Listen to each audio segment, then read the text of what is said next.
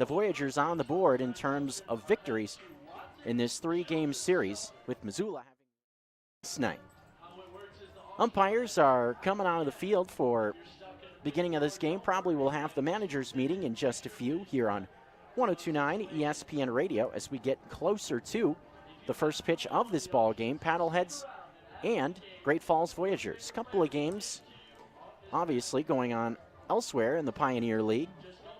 Most action actually got going this evening before this one did, or this one is set to get going, I should say. Even have a final score already in the books in the Northern Division.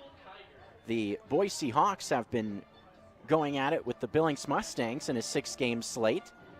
Boise actually is playing, I believe, in a doubleheader this afternoon/evening against the Mustangs. Game 1 of that doubleheader indeed is in the books. They're underway in Game 2 already as well.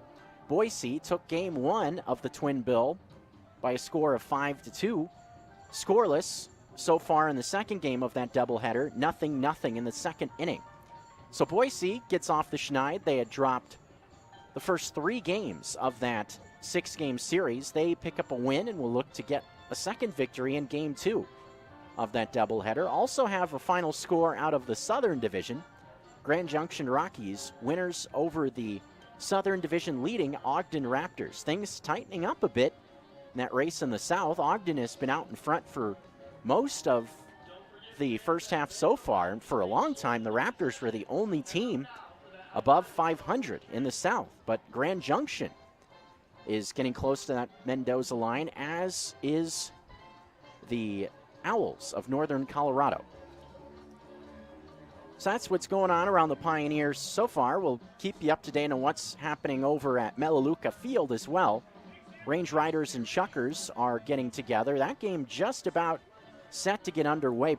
Actually just did get going in the top of the first. It was a 7:05 first pitch over at Melaleuca Field. But manager Tommy Thompson of the Voyagers and Michael Schlack of the Paddleheads meeting right now at home plate, exchanging their lineup cards before the first pitch of this one, Star Wars night. So let's go ahead and take a look at the starting 9 for both clubs. Start with the Voyagers. They're in their black uniforms and the red unis last night. Black unis tonight, green numbers on the front, red numbers on the back. A little bit different looking lineup for Tommy Thompson tonight, but starting in a similar way with Braden Daniel leading things off. Last night was in center field, tonight in left field. Jake Malik shifts from right field to center field tonight, once again batting second. Colin Runge had a nice night last night swinging the bat, a couple of RBIs and 2 hits. Runge bats third and is the third baseman. Michael Deeb cleans things up. He's the first baseman with Eddie McCabe once again back at second base batting 5th. Nick Emanuel was in there last night doing the catching. Tonight is the designated hitter batting 6th, with Lucas Palunco making his professional debut tonight, product of University of Texas Tyler. He will bat 7th. He's the catcher with Tavis Brunson batting 8th. Brunson was in there as a defensive sub, got 1 at bat in last night's game. Tonight starting out in right field with Miles McKissick, young shortstop out of Georgia Gwinnett, who made his professional debut in this ballpark a few weeks ago. McKissick will wind out the order and be the shortstop with the lefty Tyler Nauman on the mound for the Voyagers. Uh-oh, look at this. Coming down the left field line.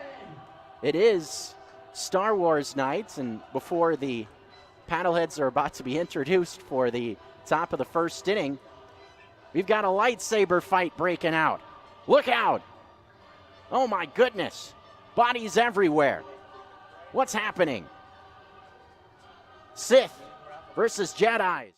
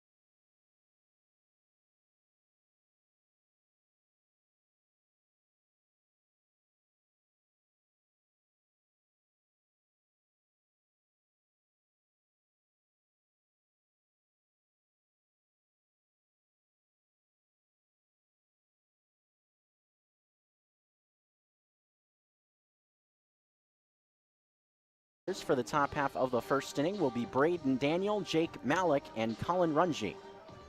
1, 2, 3. So the first three the same than what we saw last night from Tommy Thompson. Let's go ahead and take a look at the defensive alignment for the Missoula Paddleheads as we get going here for the top half of the first. Start things out in the outfield and go from left to right. Brandon Riley out in left field with Keaton Greenwald in center, Lamar Sparks in right. That's your outfield from left to right. Left side of the infield occupied by Cam Thompson at third base. Kevin Watley at shortstop.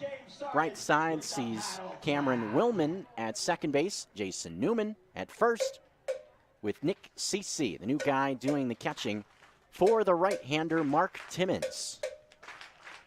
Timmons, 24 years old, Omaha, Nebraska, University of Nebraska, Omaha. Facing off against Braden Daniel, just about ready to go. First pitch on the way is taken on the inside part of the plate for strike one. Few minutes behind tonight, 7:18. First pitch. Fastball from Timmons found the zone, 0-1, the count to Braden Daniel. Pitch on the way is a ball fouled off to the left a bit. Touched on how Daniel has been very pesky batter against these Paddleheads at times, especially looking back at that last series. These two teams got together. Last night was dead quiet.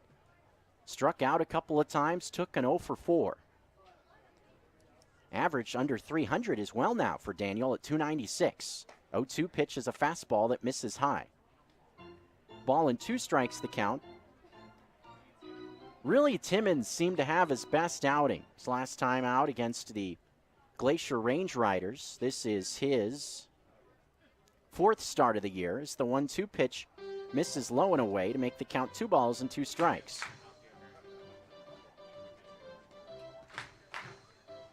So Timmons, 14 innings, 24 hits, 13 Ks for the right-hander. The 2-2 pitch is a ball bounced first base side, a fair ball right to Newman, who will take it to the bag himself, and out number 1 has been recorded on a 3 unassisted. That's how this ball game gets started, as Daniel again kept off the bases, now 0 for 5 in the series, as Jake Malik will now jump into the box.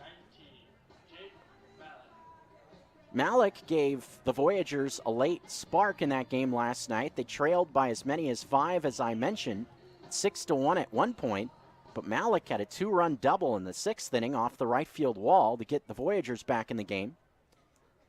Average just under 300 at 295. First pitch from Timmons is a ball swung on and foul off to the left. Strike 1, 0-1. And Timmons, thing he really seemed to do well in his last outing, win for Missoula. He went 6 innings, gave up just 3 runs. Couple of Ks, really pitched well to contact. The 0-1 pitch is fouled off to the right. Fastball again makes the count 0-2. Kept the ball down successfully with the fastball. And Glacier really didn't put much together in that outing against him. 0-2 quickly the count on Malik with Runge to follow. Top 1 just getting going. The 0-2 pitch is off the plate. Makes the count a ball and 2 strikes.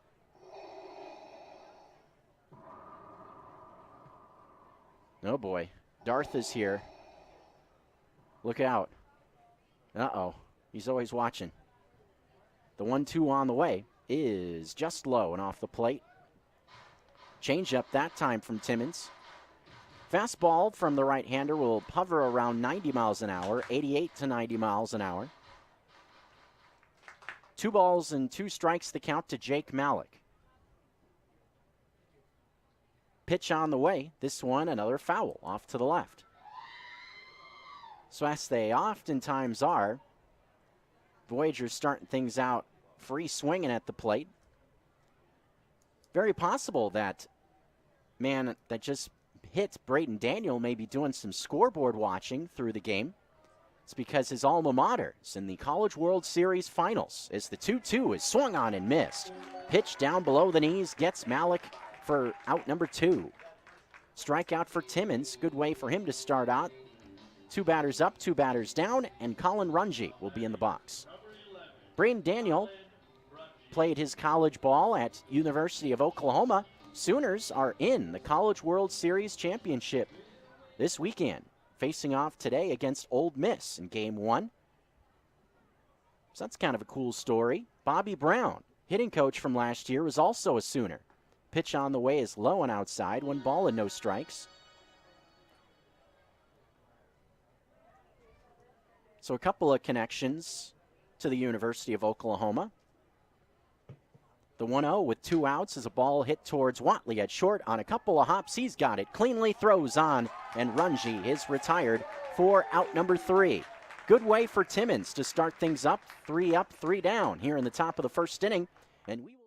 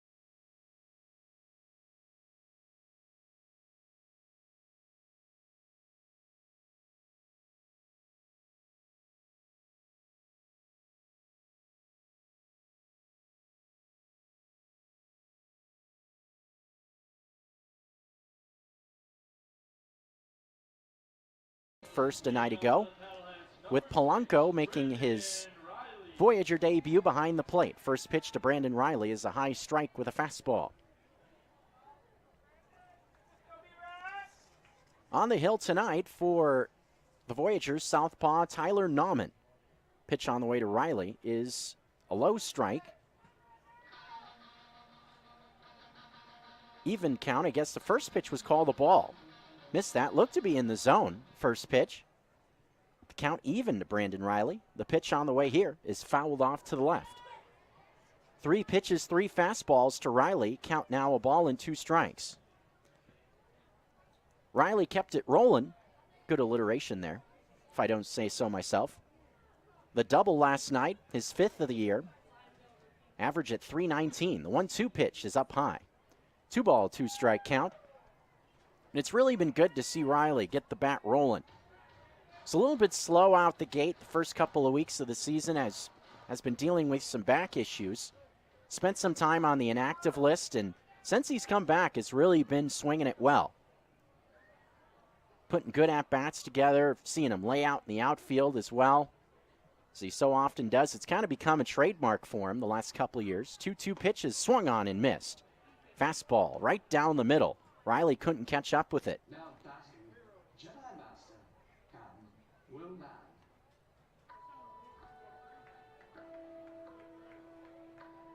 Cameron Willman will now step into the box. Like his walkout. Some old school hip hop there. First pitch coming to Willman is taken just off the plate. Fastball moving away from Willman. Plenty of cut. That fastball coming off the plate away. Seen a lot of sinking fastball and cutting fastball so far from Nauman. 1-0 pitch is up high again, makes the count 2-0. This is Nauman's third appearance on the mound overall for the Voyagers. Fourth appearance on the mound and third start. 7.30 ERA as the 2-0 pitch is just off the plate to make the count 3-0. So not too far around this, being around the zone. Last outing for Nauman was a loss opposite the Billings Mustangs. Went 4 1/3, gave up 7 runs and 7 hits as the 3-0 pitch finds the zone. Also had a couple of starts against the Range Riders, pitched 4 innings each in those 2 outings. The 3-1 pitch is a ball skied left side of the infield. Now going down the line is Runge, backpedaling into foul ground. It's going to be called off by McKissick, who makes the catch in foul territory. Way over by the bullpen. That pop-up just kept on tailing away from the infielders going down the left field line. But that is out number 2. As Willman is retired. Didn't expect McKissick to come all the way over there into foul ground to make the play. Seemed like Runge had a beat on it, just was kind of slowly backpedaling, and then all of a sudden McKissick came in there, made the catch. Pitch to Lamar Sparks is fouled back. Fastball pretty close to the middle of the plate. Yeah, looking at TrackMan, was right down the pipe. So maybe a pitch that Sparks will be thinking about. A double last night for Sparks, so 1 pitch is outside. Evens the count, 1 ball and 1 strike. And I don't think we've seen 1 off-speed pitch so far. A ball and 1 strike, all fastballs. The 1-1 pitch on the way is swung on, fouled off to the left. That maybe was a changeup, and that's spot at 86 miles an hour.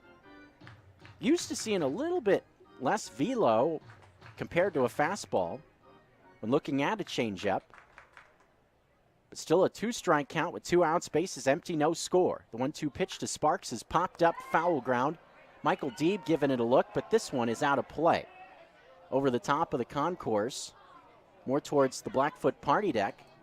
Very nice crowd on hand on this Saturday evening. A lot of folks getting into the Star Wars flair, so to speak. And why not? Finally got some good weather. First month or so of the season saw a lot of cold weather, rainy type evenings. Not tonight. The 1-2 on the way. Fastball not close. Misses off the plate. Polanco tried to frame it up, but that cutter had plenty of movement off the plate. Pretty good velocity at 93 on the gun. The 2-2 is on the way to Sparks. This one dips down below the knees. Sparks now second on the team in batting average at .392. The big night from Jason Newman a night ago saw him overtake Sparks for the team lead in batting average. Speaking of Newman, he would hit next in this inning if Sparks gets aboard. Count is full with 2 outs, 3-2. Nauman kicks and throws. This one a line drive towards the middle. Malik's going to have to play this one on a bounce. Base hit for Lamar Sparks with 2 outs in the first inning. And we have our first base runner of the night. Nicely done by Sparks in a 2-strike count, going that fastball on the outside part of the plate. Tough to barrel up a pitch like that in a 2-strike count, but was able to do so. Covering that one that was just a hair off the plate away. Type of pitch where you're Can't really let it go by in a 2-strike count. Kind of be a little bit more aggressive in a 2-strike count, and now Jason Newman will get his chance here in the first inning. Sure not what the Voyagers were looking for, as the first pitch to Newman comes way in tight, almost hits him.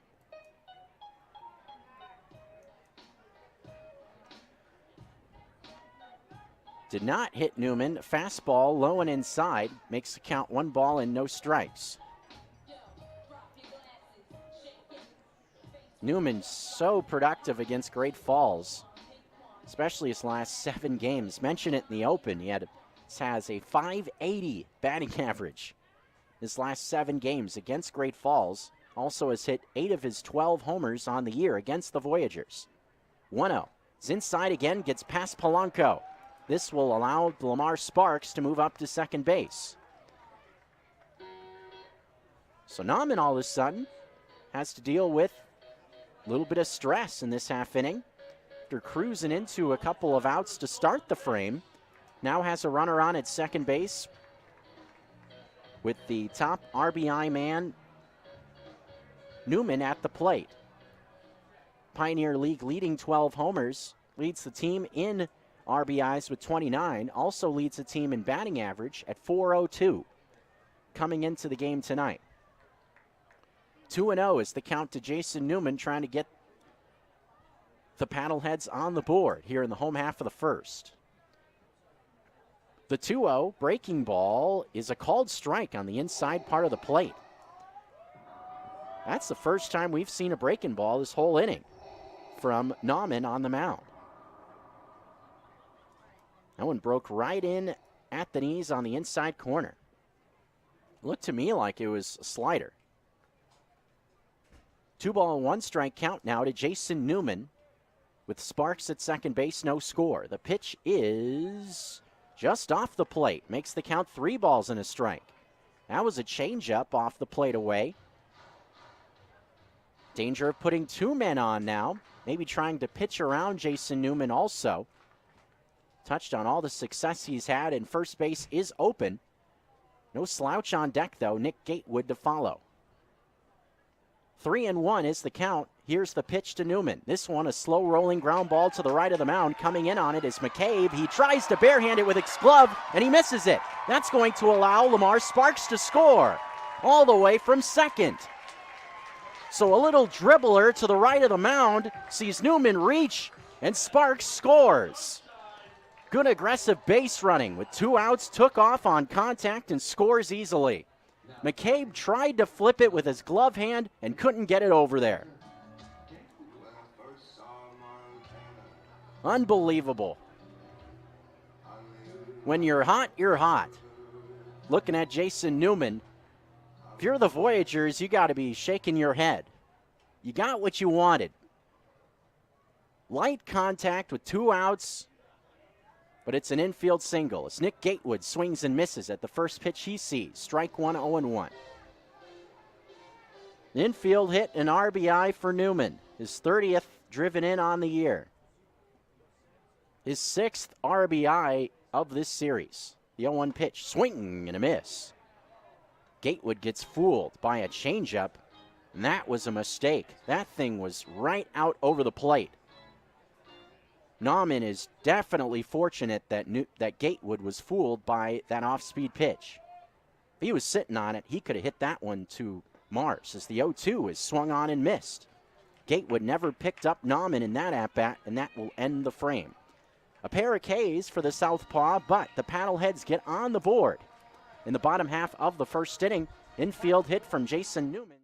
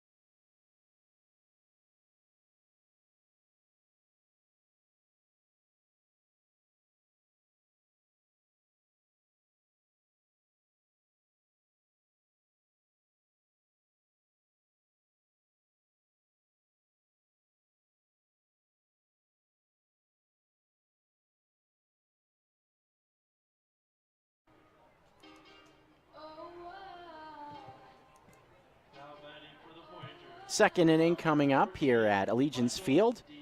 Michael Deeb will get things started for the Great Falls Voyagers, who trail early on. Once again, 1-0 is the score. 4, 5, 6 batters coming up in this half inning for Great Falls. Timmons back to work. First pitch of the inning is swung on and missed. Pitch on the outer half. Deeb looked to be out in front of it. 0-1 count.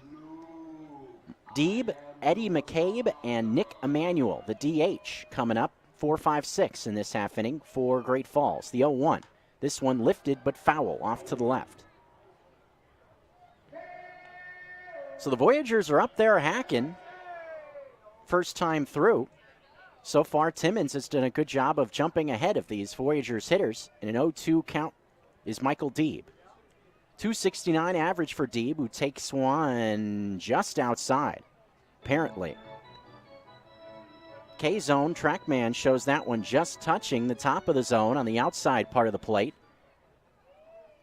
Wasn't seen that way by the umpire. Borderline pitch. Michael Deeb, 0 for 3 last night, did reach once on a walk. The 1-2 pitch is down and off the plate. Change up that time from Timmons, evens up the count. Just 1 homer so far for Deeb, 19 driven in, 3 doubles. Expect a little bit more pop from Michael Deeb. The 2-2 pitch is a ball lifted center field in the park. Coming in for it is Greenwald. He's underneath it, makes the play. That one got off the end of the bat a little bit from Michael Deeb, and that is the first out of the top of the second inning. Next man up will be Eddie McCabe. It's one thing with McCabe, he's had a great season, is one of those guys that's always geared up, big time. He's got all the sleeves, the protective gear, the fancy cleats, the whole deal. First pitch to McCabe, fastball. Strike on the outside part of the plate. Little bit of a delayed call on the outside corner. Fastball with some movement away from the right-handed batting McCabe. 0-1 the count. 1 for 4 was McCabe last night. A team best 386 average. Also leads the team in, or is tied for the team lead in RBIs. 0-1 pitch, swing and a miss. Off-speed pitch on the inside part of the plate. Nasty movement there. Wow. Breaking ball from Timmons. Ties up Eddie McCabe, and he's in an 0-2 count. Righty Timmons kicks and throws the 0-2. Fastball that's a bit high. A ball and 2 strikes the count. And he's, so far, doing similar to what he did in that Glacier game he had last Sunday. Just attacking these hitters. 1-2 pitch, fastball, didn't miss by much. Evens up the count at 2. Fastball just a bit off the play. CC tried to frame it up on the outside corner. 2-2 with 1 out, bases empty, top 2. Pitch to McCabe is a swing and a pop-up into shallow center field. Going out for it is Willman. Willman still going out. Sparks comes in and makes the play in right center field. Lamar Sparks, the right fielder, came screaming in there. He kind of has a habit of doing that, where he sneaks up on plays like that. He'll just come screaming in and strike like a viper.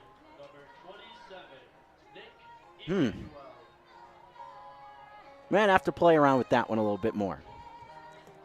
As McCabe pops out to right, shallow right center. Nick Emanuel will be the next man up with 2 outs and the bases empty. Timmons just cruising right along so far. No base runners. First pitch on the way to Emanuel, strike with a fastball at the knees. Almost surprising to see the Voyagers take a pitch. It's been swinging away so far against Timmons. 0-1. 1-0 advantage in the top of the second for Missoula. The pitch on the way is a high chopper out towards second base. On 2 hops, Watley throws on to first, and they just do get Emanuel by a step for out number 3. 6 up, 6 down for Mark Timmons. First 2 innings, good start for the rookie right-hander, and Missoula has a 1-0 advantage headed to the home half of the second inning.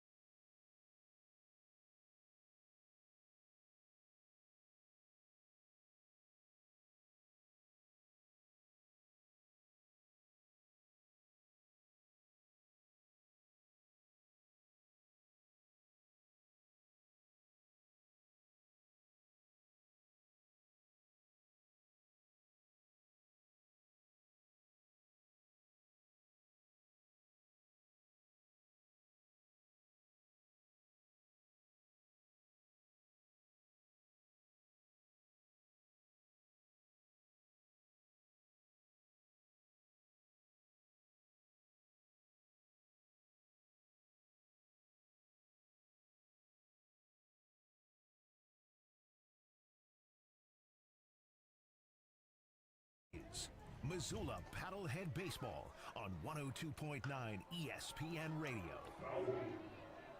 Keaton Greenwald gets the second inning, bottom of the second started, fouling off the first pitch he sees. As we get going in this half inning with Missoula leading by a run, 6, 7, 8 spots coming up in this half frame against Nauman. The 0-1 from the southpaw coming. This one a ground ball towards the middle, but gloved by McKissick. Behind the bag, throws on to first, and Greenwald is retired for out number 1.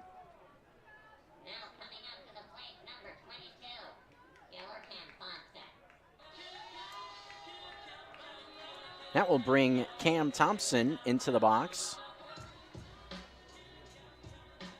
Slow start to the series for Thompson. Batting here with 1 out and the base is empty. Took an 0 for 4 last night. Just waiting for Thompson to get it rolling in 2022. First pitch to him, swing and a miss. Fastball on the outside, makes the count 0-1. 259 average for Thompson. Does have 8 doubles, 17 driven in. Nauman throws the 0-1. This one is just off the plate, evens up the count. Pretty impressive stuff from Nauman. Fastball has been sitting in the low to mid-90s. A lot of movement left to right. The 1-1 pitch on the way is to the backstop. Looks like a changeup, makes the count 2 balls and a strike. Missoula with the early advantage. 1-0 the score, thanks to guess who? Jason Newman. But not in the way that you would think, as there's a line shot, but right to McKissick. Fastball right out over the plate, hammered by Thompson, but McKissick was able to slide to the left and make the play. That ball was really hit well. 104 miles an hour coming off the bat from Thompson, but just an L6 in the scorebook. It's Nick Cece will make his first at bat here with the Paddleheads. CC, formerly of the Lake Erie Crushers of the Frontier League. Corresponding move, Paddleheads traded the other catcher at the time on the roster, Bretton Davis. He is now a Glacier Range Rider. First pitch to CC on the way is a ball hit into left center field. A little flare coming in, and diving is Daniel, and they're going to say Daniel made the catch in left. Made a dive from up here. Looked like that ball landed in the field defensively. Wow. Michael Schlack and Jeff Lyle are talking with the umpires. It sure looked like from up here that ball fell in shallow left field. So we'll see if a conference takes place, but it surely looks like.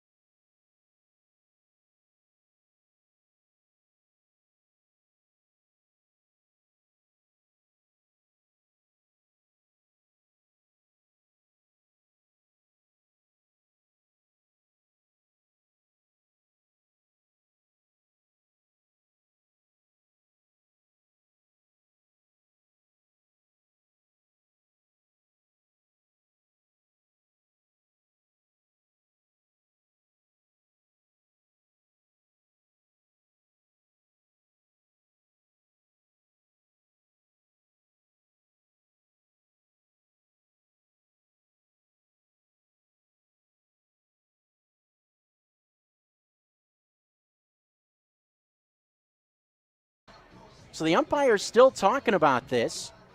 Jeff Lyle, who had a great view from the third base coach's box, hitting coach, he was livid coming off the field.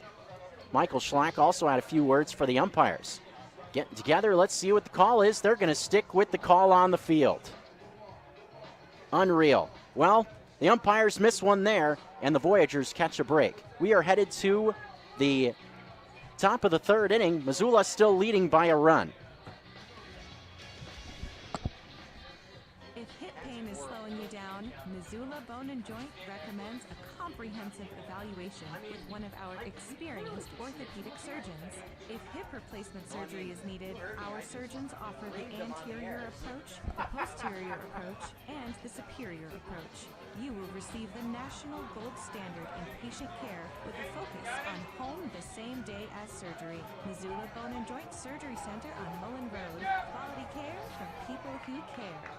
At Western Cider, it's all about great cider, good times, and community. As the official cider of the Paddleheads, Western Cider has a game day deal that can't be beat. Stop by the tasting room on any home game day. Show your game ticket, buy one cider, and get one free. Kick back and enjoy a cheese or charcuterie plate with your cider. Then take a quick walk over to California Street Bridge to cheer on the Paddleheads. Western Cider, 501 North California Street, open 4 to 8 Monday through Thursday, and noon to 8 Friday through Sunday. Even as the fireworks are exploding all over your neighborhood, you can still get a great night's sleep with a new mattress from Mattress Firm. You can benefit from the 4th of July specials, like $500 off Tempur-Pedic Breeze mattresses. Save up to $200 off select Beauty Rest mattresses. Come see the July 4th savings and let the sleep experts at Mattress Firm, who train over 200 hours, help you find the perfect mattress to unjunk your sleep. All at your local Big Sky Mattress Firm. Mattress Firm, where it's easy to get a great night's sleep. Back to live local play-by-play on 102.9 ESPN Missoula. Lucas Polanco will get this half inning started. Polanco, this is his first professional at-bat for the Great Falls Voyagers, product of the University of Texas at Tyler. Right-handed hitter, starting catcher tonight. First pitch is a swing and a ground ball, first base side. This one will kick foul. Strike one, 0-1. Polanco just wrapped up his collegiate career with UT Tyler. Was there from 2020 through this past spring, 2022. A career in that span, 274 hitter. 0-1 is the count. The pitch from Timmons is taken on the inside part of the plate for strike two. So Timmons, the first time through, just pounding the zone. Voyagers have not been able to square him up to this point. 1K for the right-hander so far. The 0-2 delivery. This one popped up into shallow right field. Coming in for it is Sparks. He reaches up and makes the play. Coming towards the foul line a bit in shallow right field for out number one. So Polanco retired in his first professional at-bat, as Tavis Brunson will now come into the box. And this is the type of spot you want to face Brunson in. So you always have to account for the speed of Tavis Brunson. When you got a speedy batter in the box, it's always tougher to face him when there's congestion on the bags. Just puts more pressure on you. First pitch to Brunson is right back up the middle, a base hit. Fastball line right back where it came from, off the bat of Brunson. And that's the first base runner of the night for Great Falls. A single up the middle with one out, as Miles McKissick will now be the batter. Brunson sitting on a fastball, got one right out of bed. Voyagers definitely caught a break at the end of that last inning. Just joining us, the newly acquired Nick Cece hit a little bloop into left field. Braden Daniel made a dive for it, bounced in front of him. The umpires saw it being an out, as Timmons will throw over to first to check on the runner. Jeff Lyle, who was livid, got the umpires to talk about the call, and when he was called out after that conference, he went back out there and was ejected from the game. Had a few more words to say, guess we'll put it that way. So Jeff Lyle, an easy early exit. McKissick in the box. He's made 6 starts for Great Falls as he swings and misses. The first pitch he sees to make the count 0-1. Kissick, another player, seen a number of them from the Pioneer League. Out of Georgia Gwinnett, a very strong NAIA program. A 1 pitch to McKissick is a fastball that is up high. Ball and 1 strike the count. The Range Riders have a number of players from Georgia Gwinnett. Missoula's had a few guys as well, going back to last season, associated with that program. Cord Johnson, an outfielder, was on the Paddleheads roster for a time as the 1-1 pitch is fouled off to the right.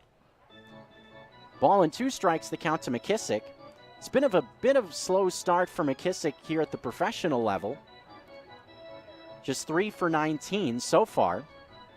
Batting here with 1 out and Brunson on at first. Mentioned very good speed for Brunson. But Timmons keeping a close eye on him, throwing over to first. Touched on it last night as well. The Voyagers are a team that runs quite a bit. They didn't even attempt to steal last night. 50 stolen bases on the season. The 1-2 pitch is a fastball that runs off the plate. Evens up the count to McKissick. McKissick, number 9 batter in the order. We'll see the lineup flip back up to the top. Next with Braden Daniel waiting in the on-deck circle. 1-0 advantage, top 3 for Missoula. 2-2 pitch on the way from Timmons. This one swung on and missed. Breaking ball, knee high, strike 3, and the second out recorded. 2 Ks now for Timmons on the hill. Nicely executed slider on the inside part of the plate, right at the knees, right where you want it. One of those pitches, if McKissick made contact, there's a good chance, low part of the zone on the inside, that would have rolled it over for a double play or something like that. It's Braden Daniel is in there for the second time. Timmons tossing over to first, keeping an eye on Brunson.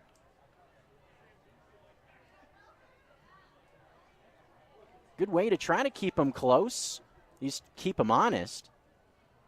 As Daniel waits for the first pitch, here it comes, swung on and missed. Change up on the inside part of the plate, 0-1. So Daniel fooled by the off speed to start the at-bat off. Count is 0-1. A lot of swinging from Great Falls, but not a lot of loud contact to this point here in the third. Count 0-1, pitch to Daniel. This one bounced foul, first base side. We've also seen a lot of 2-strike counts for the Voyagers swinging it at the plate. Timmons doing a good job just pounding the zone. He's way out in front of Daniel here, 0-2. 0 for 1 is Daniel, bounced out to Jason Newman to lead off the ball game. Timmons looking to pitch around the 1-out single here. 0-2 the count. The pitch on the way is fouled off to the left. Fastball on the outside part of the plate, so Daniel going with the location of that fastball. It was just a hair off the plate according to the K-zone. But one of those that you got to go after it. A 2-strike count, can't take the risk. Seen pitches off the plate called strike 3 many times. The 0-2 on the way again is way off the plate. CC, a nice glove stop. Sliding to the left. Keep that one from going to the backstop. Brunson staying put at first. Well, that Star Wars sound effect kind of scared me. I think it was a R2-D2, like the whoa sound, and made me go whoa a little bit. 1-2 pitch. This one, a ball hit pretty well, right field. Drifting back is Sparks at the wall. He reaches up and makes the play. Few paces in front of the wall. And that is out number 3. So Timmons.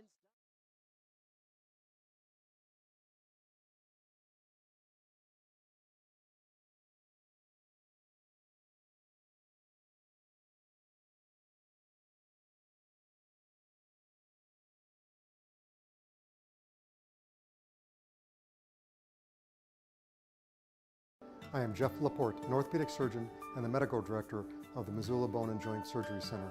I am here to welcome you to our new state-of-the-art facility in Missoula, Montana. Since we opened, the feedback from our patients has been very positive. Our goal was to build a facility that helps us provide the best surgical services by increasing access to patient care and also providing high-quality orthopedic surgical services.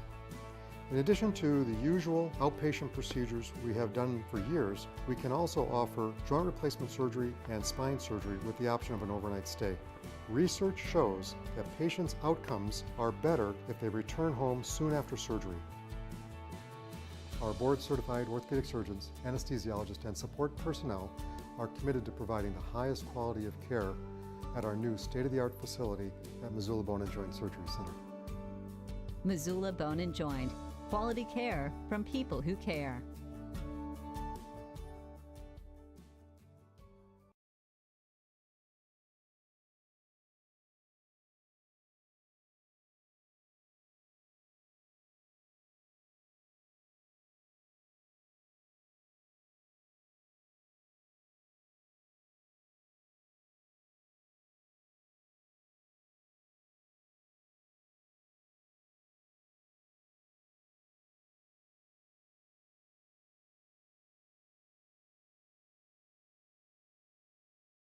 On ESPN Radio.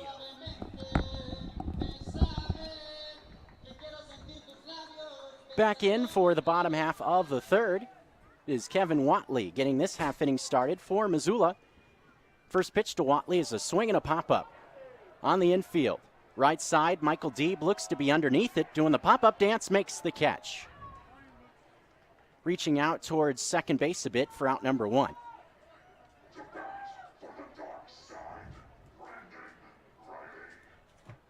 So, Watley, one pitch is gone in the third inning.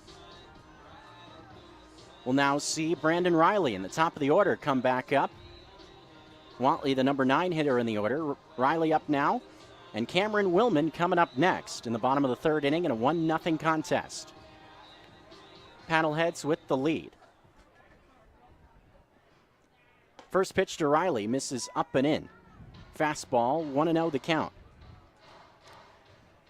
We'll check around the Pioneer League here momentarily, see what's going on. The 1-0 pitch, swing and a ball hit the other way, but foul. On the third base side, fastball in on the inside part of the plate. Brandon Riley struck out swinging against Nauman to lead off the bottom of the first inning. One of 2 Ks for the left-hander so far. 1-1 pitch is just below the knees. 2-ball, 1-strike count.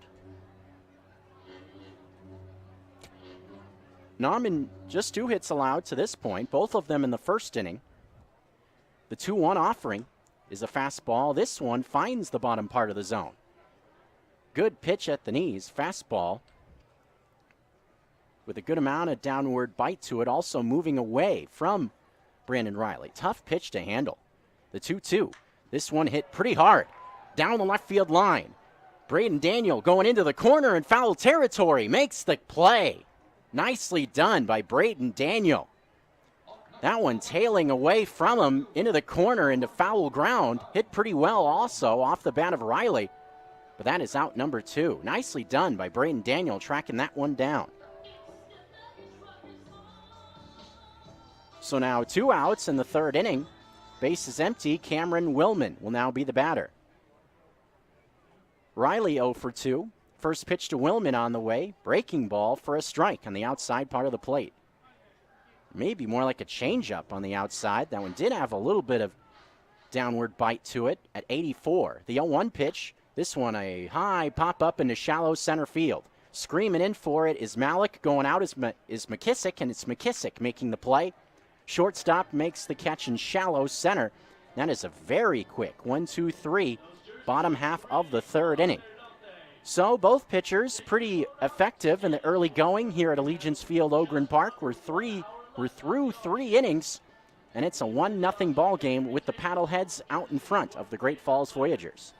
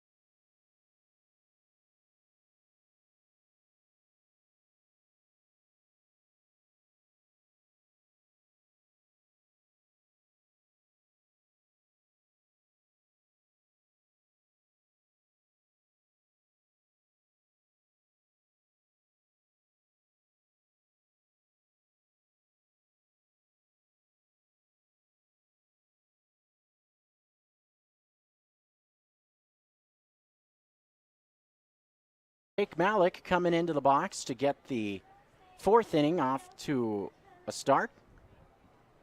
Malik, Runji, and Michael Deeb coming up. 2, 3, 4 spots for the Great Falls Voyagers opposite Mark Timmons. So far, so good for the right-hander. Malik, a strikeout victim in his first at-bat. One of 2 Ks so far for Timmons. First pitch on the way here is a breaker that misses off the plate away. 1-0 is the count. Malik also looks like squared to bunt briefly. Thompson came screaming in from third. See if it's a bluff or not. The 1-0 on the way. This one a ground ball to the right side. Gloved by Willman on a couple of hops. Throws on to Newman, and that is out number 1. That was pretty close to maybe a little blip there. Looked to me like Newman may have bobbled it for a half second. And that throw over from Willman was right into the chest, but not sure if I'm seeing things or not, but ends up being out number 1 on a 4-3. Malik now 0 for 2. Here's Colin Runji. First pitch on the way. Swinging a ball, hit off the end of the bat. Foul. Breaking ball 0-1. Seeing Timmons now start to mix it up a little bit more. Was coming mainly with the fastball the first 6 or 8 hitters. Now mixing in more breaking stuff early in the count. That was a slider on the outside. 0-1 comes way inside, hits Runji. Tried to go with the slider again. Just couldn't quite execute that one. Tried to wrap it around the inside part of the plate. And just missed the spot there. So that's a hit batsman. And Runji reaches with 1 out. That sends Michael Deeb into the box with 1 out and a runner on. Deeb representing the lead run at the plate. Tying run now on at first in the form of Runji, who does have good speed. Extending his lead out a bit at first. The first pitch to Michael Deeb is just on the, a late called strike. Fastball, got the call. Looked to be a hair off the plate away. Assumed that that's how the call would be when wasn't initially called a strike, but the delayed call got me. So it is 0-1 now to Michael Deeb. Timmons keeping an eye on Runji at first before this pitch. Doing a good job so far holding runners on. Did so well in the last inning also with Brunson on the bases. Runner takes off 0-1. Throw down from CC to second is on the money, and safe at second is Runji. Pretty close play at second. Watley thought they had him. Pitch was below the knees as well, as the count is now even at 1. CC, a good throw right to the bag at second. Almost guns down Runji, but he's able to get himself a stolen base. And the Voyagers have a man in scoring position now with 1 out. Deeb hit a fly ball out to Greenwald his first time. Timmons a quick peek at second. The 1-1 pitch is a ball hit pretty well. Left field. Going back for it is Riley. He looks up. It's off the base of the wall. This game is tied. As going into second base is Michael Deeb with a double.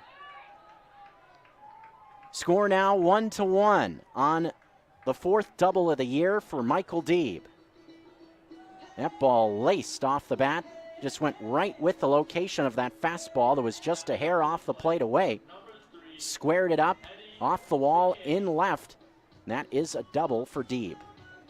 RBI number 20 on the year as well for Michael Deeb, as Eddie McCabe will now jump into the box, looking to keep it rolling for Great Falls, who have knotted the tally up at 1. See how how Timmons responds. First pitch is just off the plate. Breaking ball just missed, 1-0. Another 50-50 pitch. K-Zone graphic shows it right on the corner, just barely, but was called a ball. 1-0 to McCabe. Fastball. This one finds the zone on the outside part of the plate to even up the count. So a hit batsman and then the double for Deeb nets the Voyagers a run in this half frame. A ball and a strike the count now with 1 out to McCabe. Pitch on the way. This one hit hard, but foul. Right side, 1-2 the count.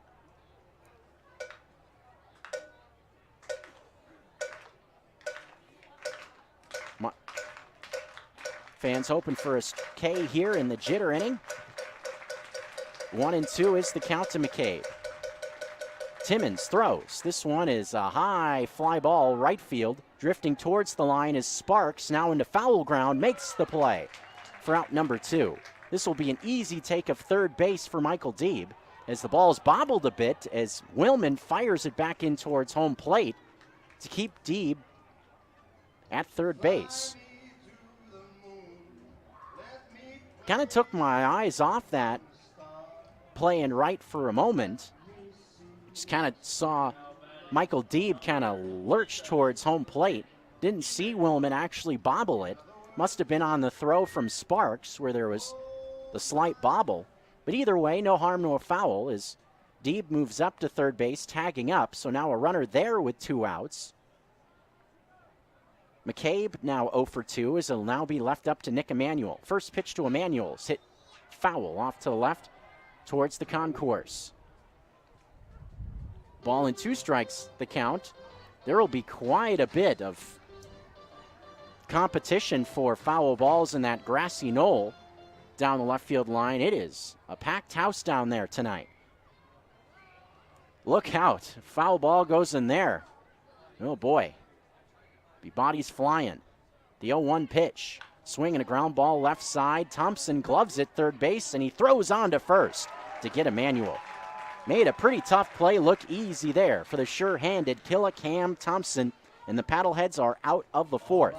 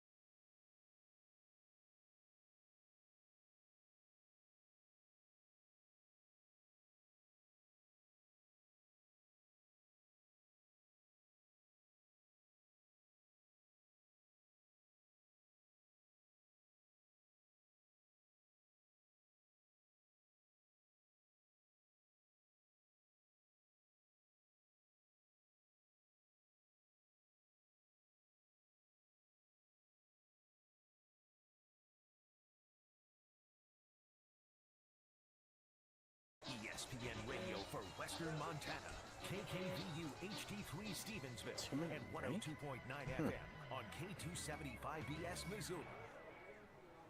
You're listening to Paddlehead Baseball, ESPN Missoula. Returning to the action here in the bottom half of the 4th inning. Few pitches went by before we returned. Lamar Sparks in the box right now. The 3-4-5 hitters coming up for Missoula in what is now a tie ball game. 1-1 is the score. Both teams a run on 2 hits so far.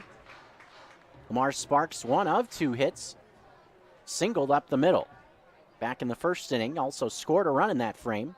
The 0-2 pitch is just inside. Fastball in a good spot.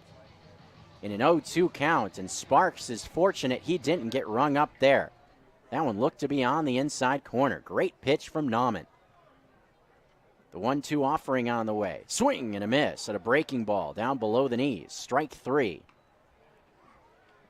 Lefty Nauman seems to be gaining confidence out on the mound. He has looked fantastic to this point.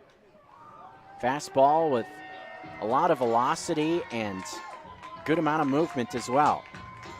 We may be in for a pitcher's duel on this Saturday evening. Jason Newman now coming into the box.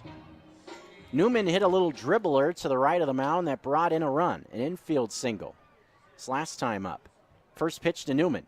Swing and a miss at a changeup.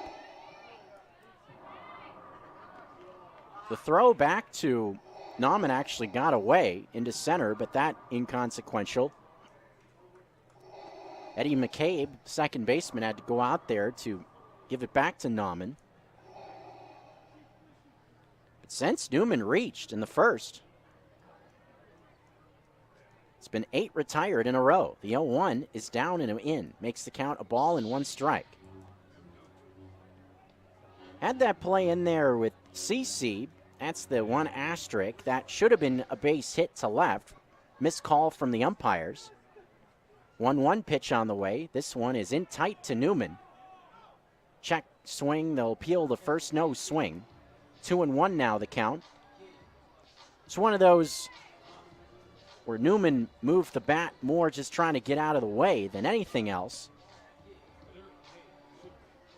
Infield hit is an RBI, his 30th RBI of the season. 5th hit of the series already as well, as the 2-1 pitch is in tight for ball 3. 3 ball, 1 strike the count. It's the 3 ball count to Newman as well in his last at bat. Right in the driver's seat with 1 out, Gatewood to follow. The 3-1 offering. This one a high fly ball. Left center field. Going back is Malik. He's at the wall. He reaches up and makes the catch. Almost up against the wall in left center. Looks like a changeup. Bottom part of the zone. Newman almost golfed it out of here, but didn't quite have enough on it. So that just a long fly ball into left center field. That one traveled 382 feet, 100 miles an hour off the bat, but didn't have enough. Here's Nick Gatewood. He takes a fastball right down the middle for strike 1. Right down the pipe from Nauman that time. 0-1. 1-1 game in the bottom of the 4th as Gatewood swings and misses at a breaking ball. Or a changeup on the outside makes the count quickly 0-2. So on 2 pitches, Gatewood has guessed wrong twice. The 0-2 on the way. Fastball misses up high. Makes the count a ball and 2 strikes. Gatewood struck out swinging in his first at-bat. Fell behind 0-2. Count now 1-2 with 2 outs and a tie game in the bottom of the 4th. The 1-2 pitch is a slow hit ground ball to McKissick at short. He has it on 2 hops throws to Deeb. And that's it for this half inning. So Nauman goes right through the teeth of the Paddleheads order. 1, 2, 3. And we are on to the 5th.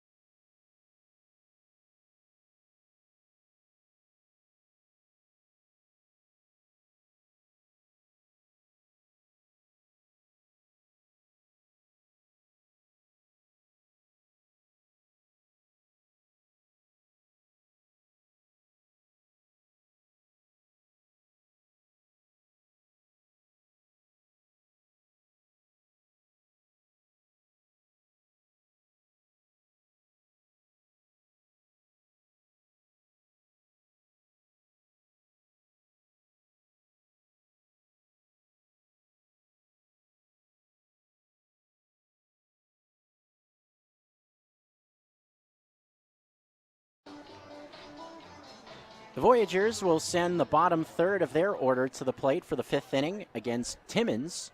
Tight game so far, 1-1 the score. Lucas Polanco, Tavis Brunson, and then Miles McKissick in this half inning. First pitch to Polanco is a high hopper out towards short. Fielded on one hop by Watley, throws across in time for out number 1.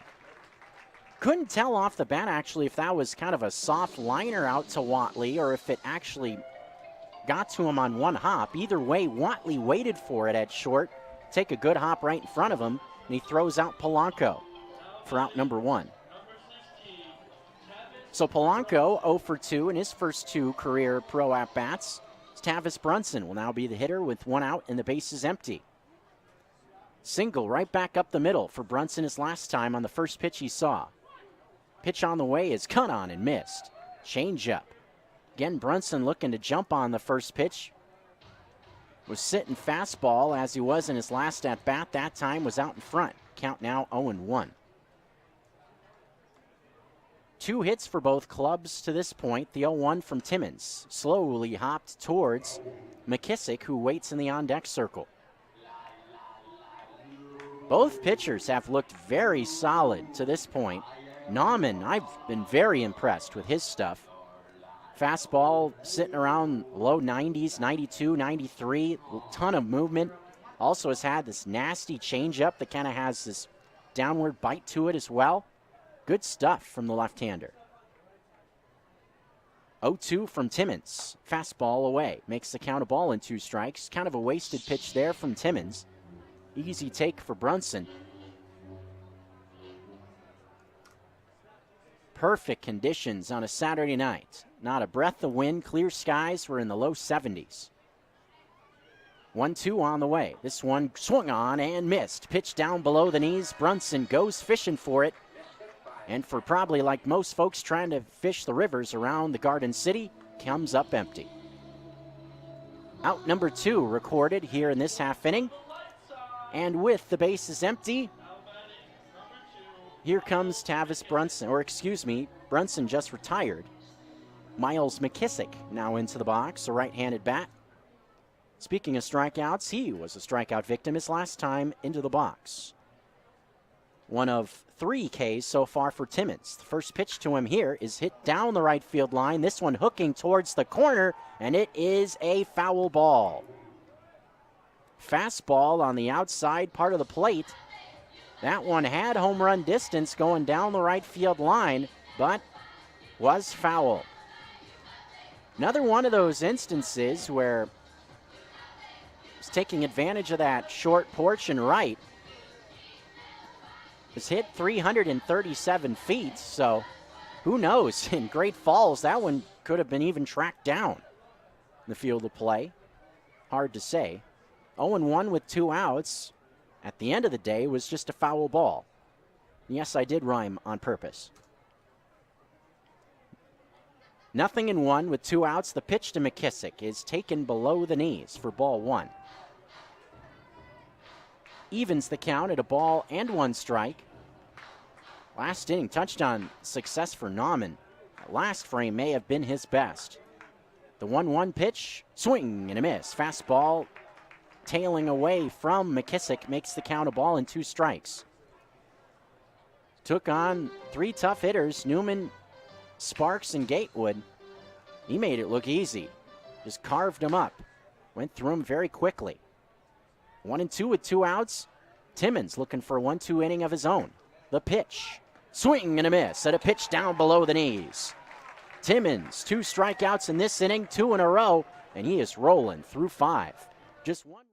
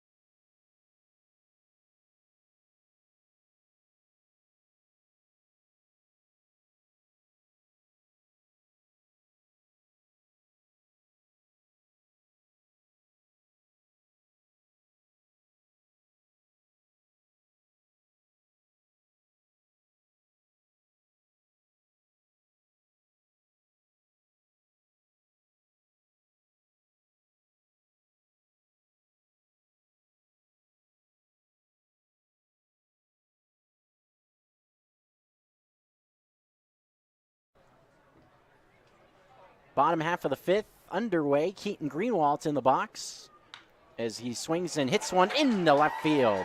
Ground ball past Runge for a single to lead off the sixth inning. It's only the third hit of the night for Missoula, and that breaks up a stretch for Nauman on the mound. First hit for Missoula since all the way back in the first inning. Breaks up a stretch of 10 batters in a row retired for the lefty Nauman. But Missoula's got what they want. The leadoff man is on this half inning, trying to jump out in front. Score evened up now at a run apiece. Cam Thompson hit the ball right on the screws in his last at bat. First pitch to him is at the knees, a called strike on the outside part of the plate, 0-1. Good pitch from Nauman to start the at bat off.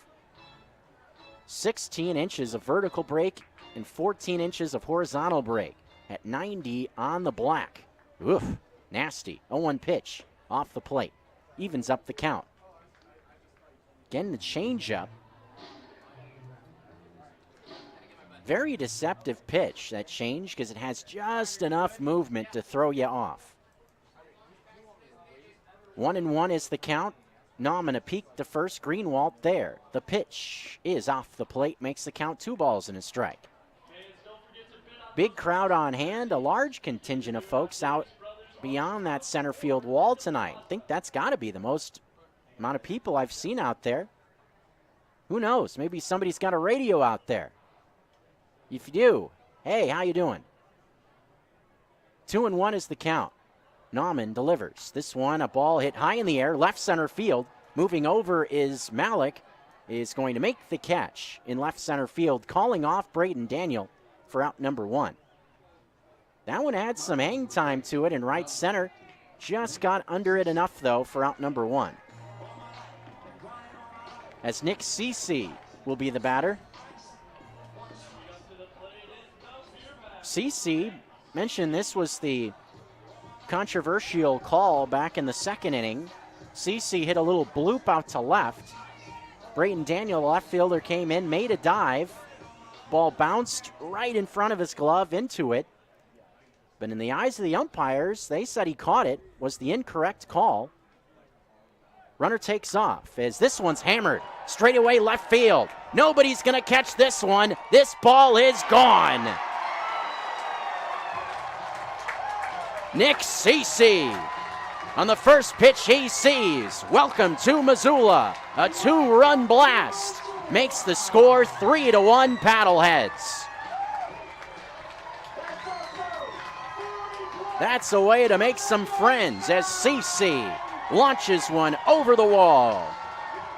Got a fastball in the bottom part of the zone and did not miss it. Break out the paddle in the hat and welcome to Missoula. Nick Cece, a shot over the wall in left center. That one traveled 365 feet at 95 miles an hour. And the Paddleheads have the lead. That will send Kevin Watley into the box. First pitch to Watley, swing and a miss. Fastball on the outside, 0-1. And that one lit this crowd up. Ballpark is buzzing now. 0-1 pitch on the way. This one is in on the hands. Evens up the count at a ball and a strike.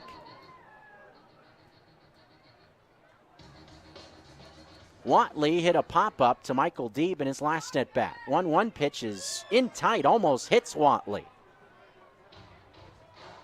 That one almost looks like it bounced right in between his 2 feet. Watley, switch hitter, hitting from the right side in this at-bat against the southpaw Nauman. 2 balls and a strike the pitch. This one, a line drive base hit to right field. On a couple of hops in front of Brunson. Bobbled it a bit, but is able to recover quickly to keep Watley at first. So maybe Missoula starting to figure out Nauman a bit here. That's the third hit now in this inning. Nauman had been cruising right along. Mentioned the 10-batter streak where he had retired 10 in a row from the end of the first through the fourth. Leadoff single for Greenwald, then the home run for Nick Cece. Now a base hit for Kevin Watley. It's now into the box will be Brandon Riley. And at times, this is what the Paddleheads offense has done so well, making adjustments through the game. Through the first part of the season, seemed like Missoula's offense would be held scoreless, not doing much for the first 3-4 innings, and then would find its footing towards the middle innings. Have gotten better at getting off to quicker starts their last 10 or 12 games or so. First pitch to Riley is off the plate away. Makes the count 1-0. But Missoula gets the lead back in this half inning. Second time they've been out in front. Now a 2-run advantage thanks to the home run from CC. A ball and no strikes the count to Brandon Riley, who's 0 for 2 thus far with Watley at first, who takes off, and they're going to throw back to first. Throw from deep to second is not in time. So Watley runs out of it. Nauman threw back to first. Watley was on the move on first movement. Deeb threw back to second base, and the throw wasn't there in time. So it ends up being a steal for Watley. Most of the time when you see a pitcher pick back to first and the runner is on the move, he's dead meat, but not that time. So Watley gets out of it, now in scoring position. The 1-0 pitch is down below the knees. 2-ball, no strike count. That was awfully close to a balk as well from Nauman on the mound. It sure looked like his momentum was going towards the plate on that pick back to first. Not called. It's always a tough one to call with a lefty on the mound. 2-0. Line drive up the middle. Base hit for Riley. They're going to wave in Watley. The throw from Malik will not go to the plate. And it's a 3-run advantage for Missoula. RBI single for Brandon Riley. Riley, another RBI, his 19th of the year, and now Missoula leads by 3.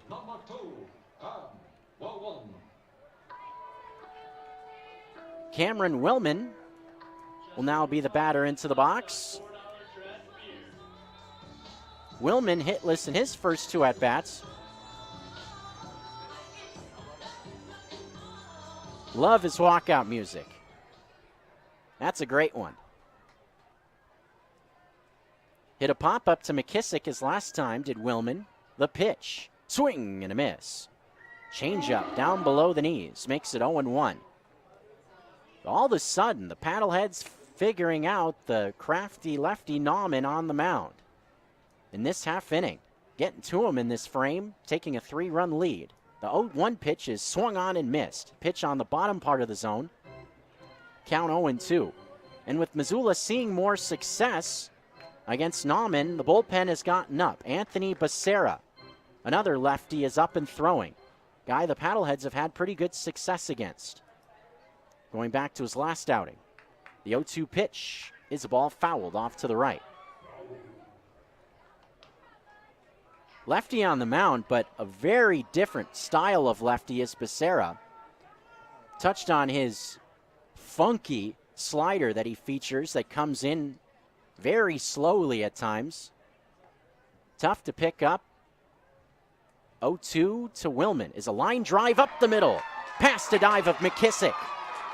Base hit for Cameron Willman. That puts 2 runners on with 1 out. 5 hits now in the inning for the Paddleheads. 4 of them singles. One that wasn't was the home run from CC in this inning. That will bring Lamar Sparks into the box. Sparks 1 for 2. This run from Missoula has just kind of seemingly come out of nowhere, with Nauman just looking solid through 4. All of a sudden in the 5th, it's bombs away for this Paddleheads attack. Runners on at first and second, only 1 out in the frame. And the out recorded by Thompson was a ball hit very well into left center field. Took Malik back to the wall. First pitch to Sparks is swung on and fouled off. Oof. He missed one there. That was a changeup at the high part of the zone. And Sparks knows it. Oh, man, the first pitch of that at-bat, that was a mistake, and he missed it. Chance to really do some damage there. See if Sparks can get another pitch to handle.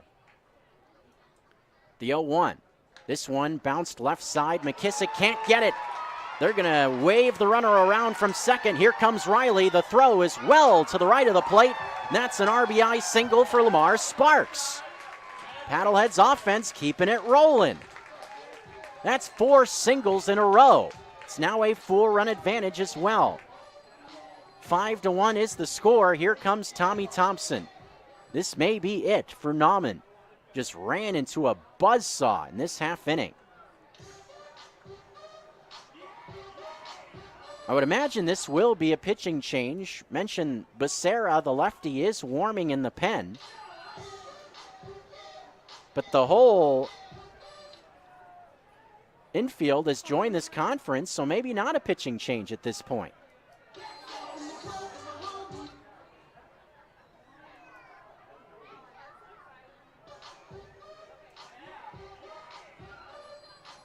But the Paddleheads offense, in a blink of an eye, gets rolling. You may not be here to see it. Had words with the umpires earlier about that missed call in the outfield, but I'm sure hitting coach Jeff Lyle is digging this. Offense getting rolling. Now this is a big spot. Nauman stays out there after the conference, and with 2 runners on and 1 out, here comes the big fella, Jason Newman.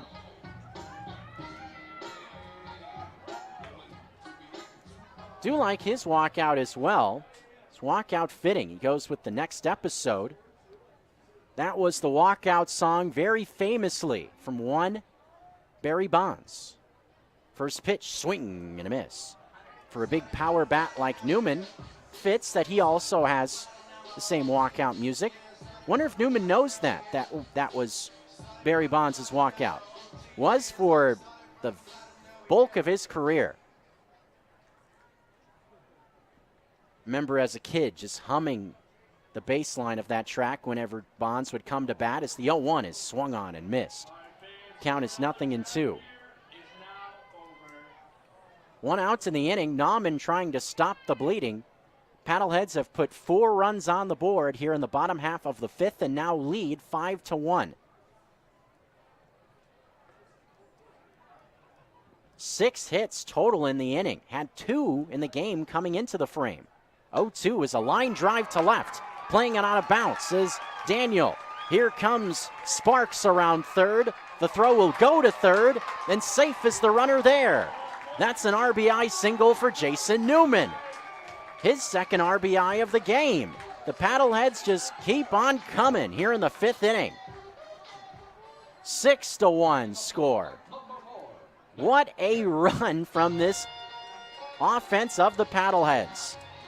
That's going to send Tommy Thompson out for the 2nd time. This will be it for Nauman. The Southpaw couldn't have been more solid through 4 innings. And then the 5th inning came, and it was bombs away. 5 straight hits, all of them singles. In this half inning, 7 hits overall, and the Paddleheads aren't done yet. Pitching change taking place. Becerra is coming in. Missoula has the advantage, 6-1. Back after this. Satisfaction is guaranteed when you choose Missoula Realty. Locally owned and operated, the team at Missoula Realty has over 100 years of combined experience. As the old saying goes, it takes a village. And in this real estate market, it was all barrels, see the difference a team can make. Call Missoula Realty today. Missoula Realty has a solution for every single client, from the experienced investor to the first-time home buyer. But hey, don't take our word for it. Read unfiltered testimonials and reviews from our past clients online at rateandagent.com. Missoula Realty, 406-549-0094. There is a reason customers go back again and again to DeMorris Buick GMC Mercedes, Missoula's most trusted dealership and proud sponsor of Missoula PaddleHeads baseball. DeMorris high-end service shop is unmatched in diagnostics, diesel maintenance, and repair, serving generations of satisfied customers. DeMorris Buick GMC Mercedes is your area Sprinter van headquarters for the Montana outdoor lifestyle. Check out DeMorris.com for new and pre-owned inventory, or stop by 3115 West Broadway.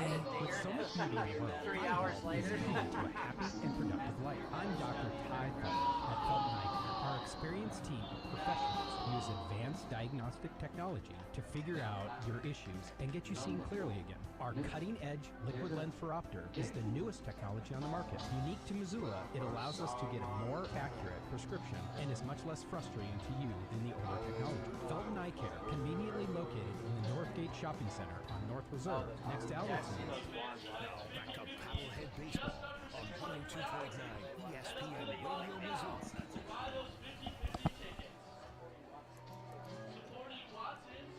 The ninth batter of this inning about to come into the box. It's Nick Gatewood.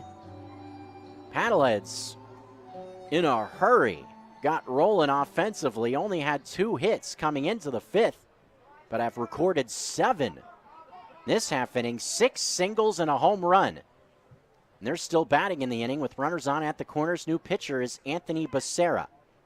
First pitch from Becerra is just below the knees. Crafty left-hander is Becerra. Some of the funkiest stuff you'll see in the Pioneer League. This is his 10th appearance. It's been hit around a little bit his last couple of outings, as there's one swung on and missed. Including his last appearance against the Paddleheads. Last time these two teams met at this ballpark. Becerra pitched in the series finale on a Sunday, June 16th. Pitched an inning, gave up 3 hits and 4 runs in that outing. 28 Ks for the left-hander and 21 and 2/3 rather. Does have a save. He's 1-0 on the year with a 6.65 ERA. For a large part of the first half, ERA was sitting around 2.5 as Gatewood checks his swing and did not keep the bat back on a pitch that was down below the knees. Becerra features a funky slider. That was it right there. It came in at 70 miles an hour. But his fastball also has a little bit more giddy up than what you would expect. The 1-2 pitch is another slider off the plate to even up the count. That slider will come in the low 70s, even in the 60s at times. But the fastball from Becerra is upper 8s, 87 to 89 typically. Will touch 90 miles an hour. Count is 2-2. Gatewood waits the pitch. This one fouled straight back. Challenge fastball right out over the plate. Gatewood against Nauman was 0 for 2. Can't close the book on him yet, as he is still responsible for both runners on the bases. It's Newman at first and Lamar Sparks at third. Said on the previous play was Sparks scoring. It was Willman that scored. I misspoke. The 2-2 pitch is off the plate away. Full count now to Nick Gatewood. Greenwald's waiting next. He would bat for the second time in this frame, barring a double play. He got this whole party started with a single. It's been singles wild in this half inning. The payoff on the way. Breaking ball hit pretty well. Right field. Going over is Brunson. He makes the play on the move, but easily coming in to score from third is Lamar Sparks. So that a productive out from Nick Gatewood. Got a pitch he could handle and a 2-strike count.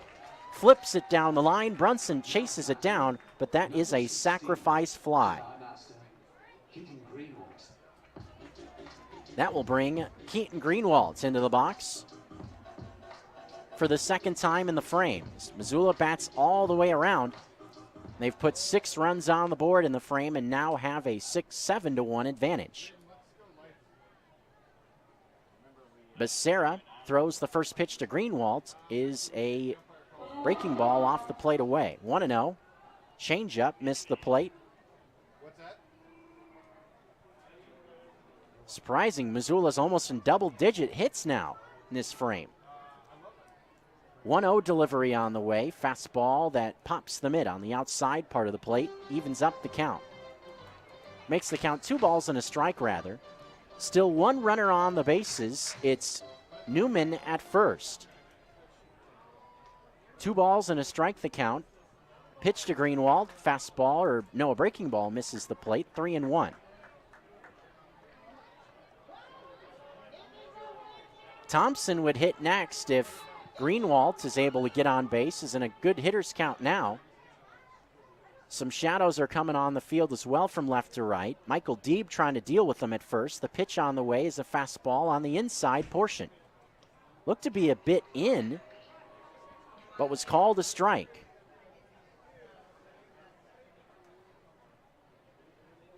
Two outs, runner at first, 2 strike count. Pitch on the way from Becerra is slowly grounded foul. That slider on the inside part of the plate. Greenwald able to get the bat on it. As the count stays at 2-2 to Keaton Greenwald.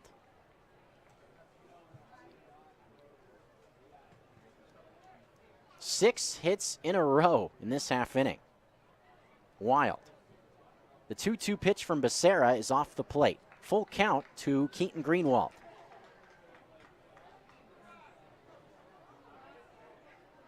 0 to 100 real quick in this half inning.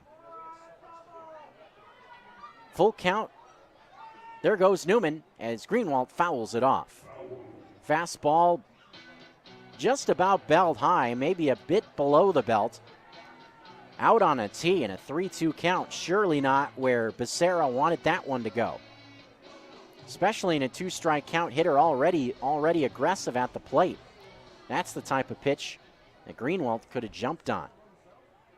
Count full, though, still.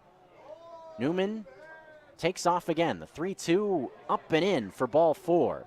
Struck Polanco in a uncomfortable spot.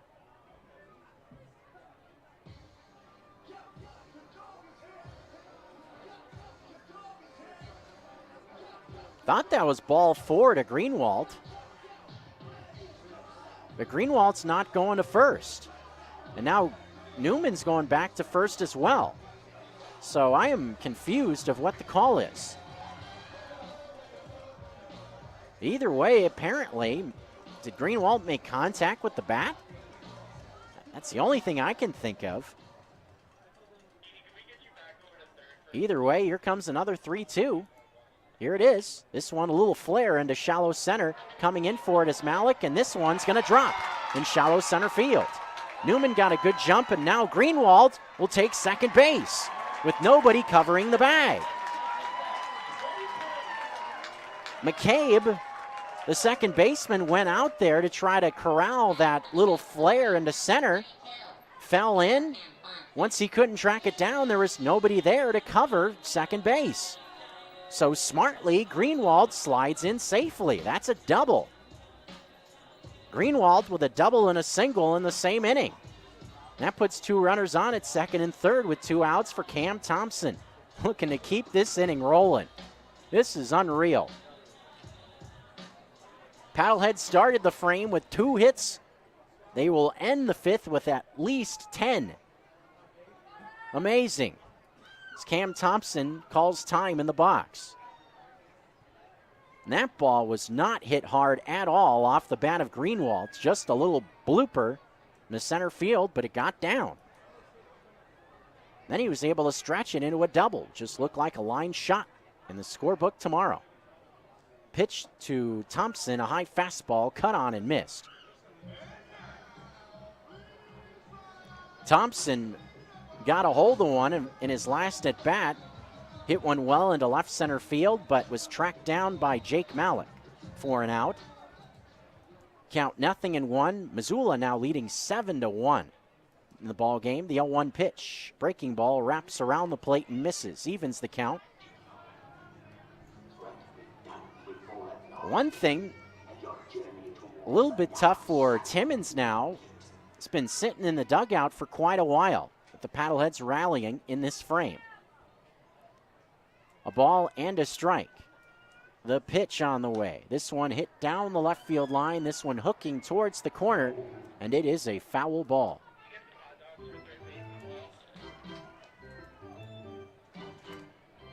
One and two with 2 outs. Well, Missoula's offense stalling through the first 4 innings, coming to life quickly. Who knows? Maybe it was the force that pushed Missoula here in the 5th inning. It is Star Wars night. 1-2 pitch to Thompson. This one a slow rolling ground ball to Deeb, who has it with the glove hand, flips underhand to Becerra, covering first, and that ends this half inning. But Missoula sends 11 batters to the plate in the 5th.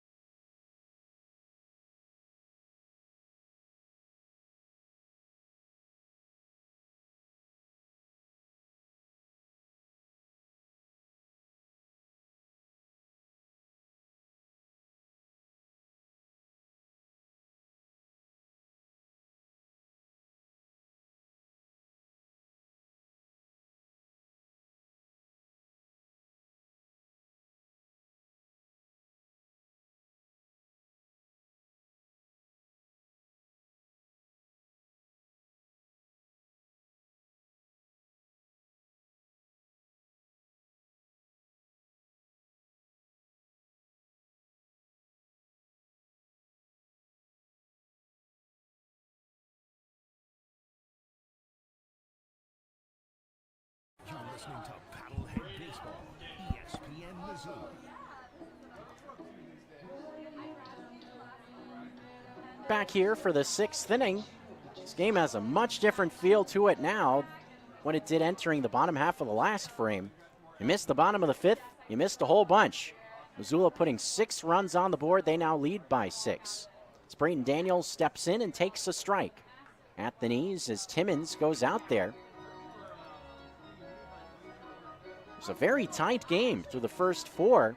Missoula's offense catching fire in the 5th. The 0-1 to Daniel is off the plate to even the count. Top of the order coming up for Great Falls as they look for an answer now. Trailing by the wide margin. It's going to be tough against Timmons, who's been very good to this point. The 1-1 pitch is down to make the count 2-1. Daniel, Malik, and Runge, 1-2-3 coming up in this half frame. It's just singles wild, as I mentioned in that last half inning. 8 hits total, 7 of them singles. Actually 6 singles. There was a double and a homer mixed in there as well. The 2-1 to Daniel makes the count 3-1. Fastball outside. Daniel hitless to this point. Hit a fly ball out to Sparks his last time up.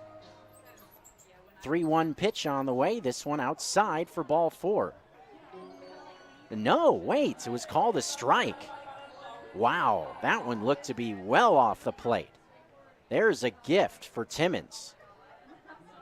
That one caught me off guard big time. But a full count now. So did Daniel. He was flipping the bat. Has to step back in. 3-2. The pitch from Timmons. This one a line drive up the middle. A base hit for Brayton Daniel. Got a fastball on the outside and barrels it up and reaches for the first time. First time reaching base for Brayton Daniel in the series, actually. As Jake Malik will now step in.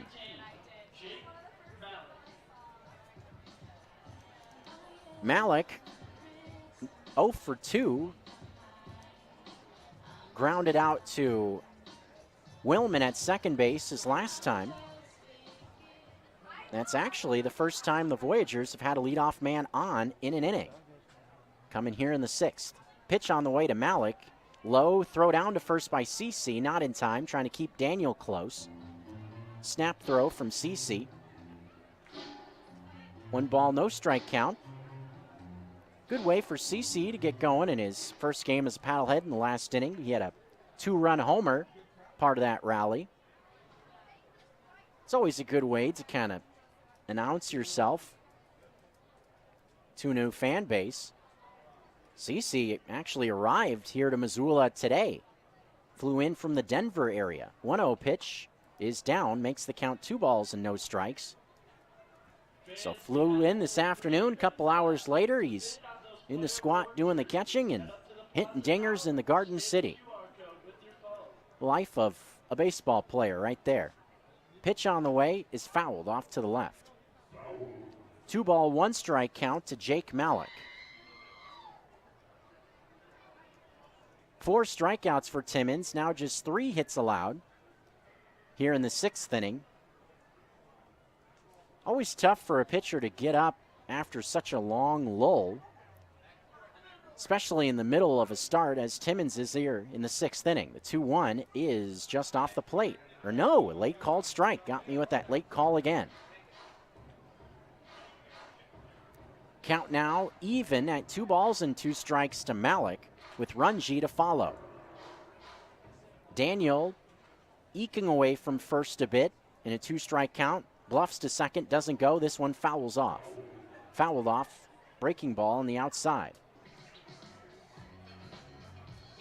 Be interesting to see with the advantage for Missoula how long they decide to stick with Timmons. You try to stretch him out for an inning or so more. Try to take some of the weight off the pen. 2-2, pitch on the way. This one lined right to Newman, who will tag Malik, or excuse me, Daniel at first, and that is a double play. Line drive right to the glove of Newman at first. There's a break for Missoula. Double play records out number 1 and 2. That was all Newman. An L3 and a 3 unassisted. As Runji will now jump into the box with the bases empty. Was a breaking ball below the knees. Kind of a soft liner. Pitch on the way is right there on the outside to Runji to make it 0-1. Kind of a soft liner. Went right to the glove of Newman. Bases empty now with 2 away. The 0-1 to Runji just misses the outside, even up the count. Runji was hit by a pitch his last time. Also bounced out to Thompson. 1-1 count. Pitch from Timmons. This one a high hopper foul over towards the bullpen area. Speaking of the bullpen down the left field line, just got going. Looks like Nathan Alexander, the big right-hander, is up. A ball and 2 strikes is the count now to Colin Runji. Timmons kicks and deals. Swinging a ground ball off the glove of Timmons. Watley barehands it, doesn't have a throw. It actually does throw over, but it's nowhere near in time. I just assumed Watley was going to hold on to that one with there being no play at first. Did let it go, but it was well late. That's an infield hit for Runji. Timmons just barely got leather on that one. If he didn't, it probably would have skipped right through the middle. So that's the first hit of the night for Runji. Second night in a row, he's had at least 1 hit, had 2 last night, as Michael Deeb will now get a shot with a man on at first and 2 gone. First pitch to Deeb is down low for ball 1. Breaking ball missed. Michael Deeb got the Voyagers on the board in the top of the 4th, a double off the wall and left. At that point, tied the game at 1. That was before Missoula's outbreak in the 5th. The 1-0 pitch is a high chopper foul on the first base side. That may have been the highest chopper I've ever seen in my life. I mean, that thing was up there for an eternity.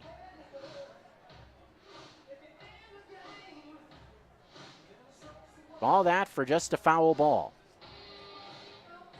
I mean, if it was hit into the field of play, was chopped so high, Deeb may have been able to beat it out to first. All that just for strike one. Runge at first, a fair-sized lead. He got a steal last time he was on the bases. Timmons throws over to check on him here. Was a close play when Runge reached in the 4th. Snap throw over again by Timmons. It's one thing he has done plenty out there. Throws over to first. Runge striding away a little bit. Pitch is a ball hit high but foul. Off to the left a bit. This one will sneak over the top of the concourse onto the concession stand. Strike 2 to Michael Deeb. RBI for Deeb on the double was his 20th. Also flew out to Greenwald in center, overall 1 for 2, with Missoula leading 7-1 here in the top of the 6th with 2 away. Runge, not a big lead. McCabe would be next for Great Falls.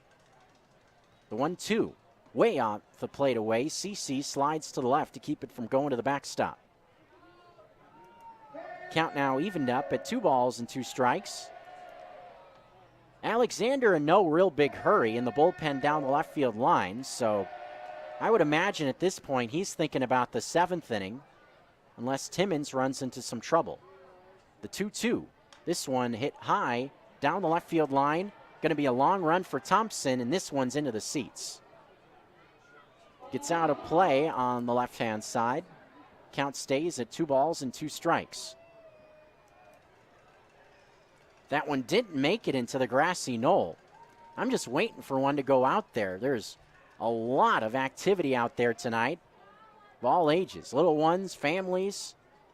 Foul ball goes in there, it's going to be anarchy. Every man and woman for themselves. I wouldn't want to get in there. 2-2 pitch. Broken bat, slow rolling, foul ball on the third base side. So Michael Deeb will have to go back and get another piece of lumber after breaking his bat. Must have broke it off the end of the bat because that pitch was on the outside part of the plate. So the quick lull here while Michael Deeb goes to get a new bat. Let's take a look at the scoreboard around the Pioneer League. Doubleheader taking place in Billings, Boise. Game 1 winners over the Billings Mustangs 5-2. They're leading Game 2 as well. They're in the bottom of the 6th inning. That second game, 7-inning doubleheader. Both games 7 innings. 6-4 lead for the Boise Hawks. Other game involving Northern Division team, Chuckers trailing the Range Riders in the 7th. It was the Chuckers winning Game 1, but the Range Riders lead 4-3 in the 7th here tonight. The 2-2 to Deeb is down below the knees. As action continues in this at-bat, count now full to Michael Deeb, 3-2. Runner at first, Runge, will be on the move on the pitch. Timmons looking to get a shutdown inning after the Paddleheads gave him plenty of support in the bottom of the 5th. The payoff is grounded foul on the first base side, so Deeb stays alive when skipping right down near the bullpen. Nobody up in that pen for Great Falls. Probably means we'll see another inning of Becerra, who came in relief for Nauman in the last half inning. 3-2 the count to Michael Deeb. Timmons throws. This one cut on and missed. Breaking ball below the knees. Down goes Michael Deeb, and that will be the end of the frame. Hi, I'm Dave Lapham. I was motivated to have surgery because I can no longer do the things I love doing without the pain. I had a total knee joint replacement surgery, and I'm so happy with the care that I received. The surgery went so well, I was up and walking within a few hours and went home the next morning.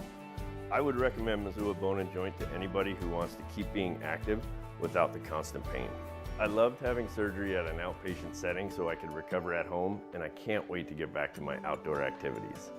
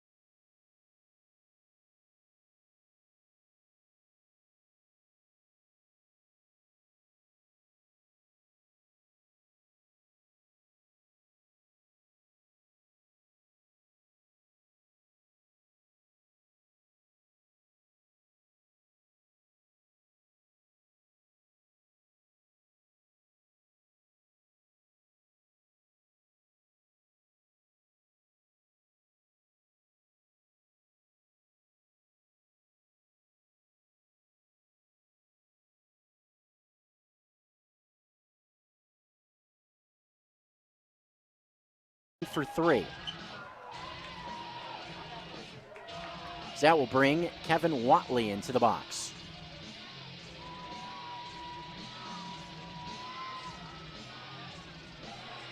Very contrasting walkout songs for Kevin Watley. Goes from Suavemente to a little Metallica. First pitch to Watley, swing and a miss. And a fastball elevated 0-1.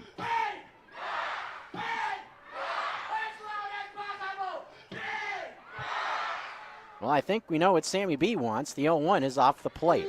Evens up the count, a ball and a strike.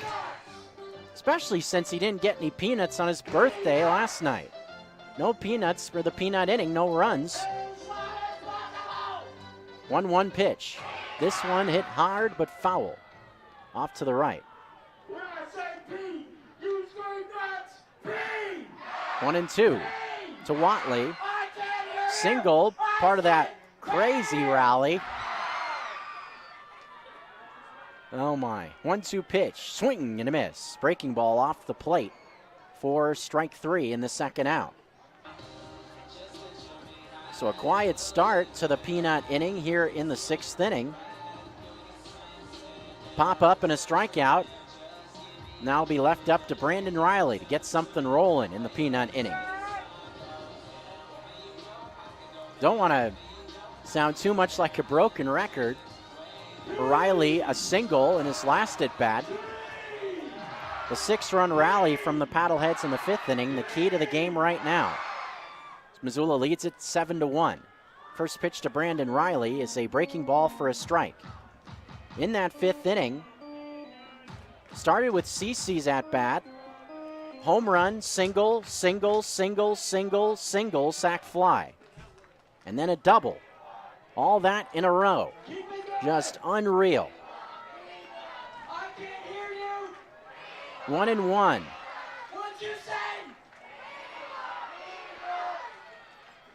Riley waiting the 1-1 pitch. This one cut on and missed. Fastball at the knees on the outer half. Makes the count 1-2. Fans are clinging to hope all they can, trying to see something from the offense in this inning to get some peanuts. The 1-2 offering from Becerra. Fastball just off the plate. Polanco thought it was strike 3. He's starting to get out of his stance to walk off the field, but it was not called. Just was a hair off the plate, according to K-Zone, not by much. 2-2, slider, another borderline pitch, called a ball. That one looked to be on the bottom of the zone. Surprised that one was not called. A couple of Voyager players are ticked off as well. That one looks like a pearl from up here. Great pitch from Becerra. Count full, the payoff, fastball, strike 3. Third time was the charm as Briley goes down looking at a fastball.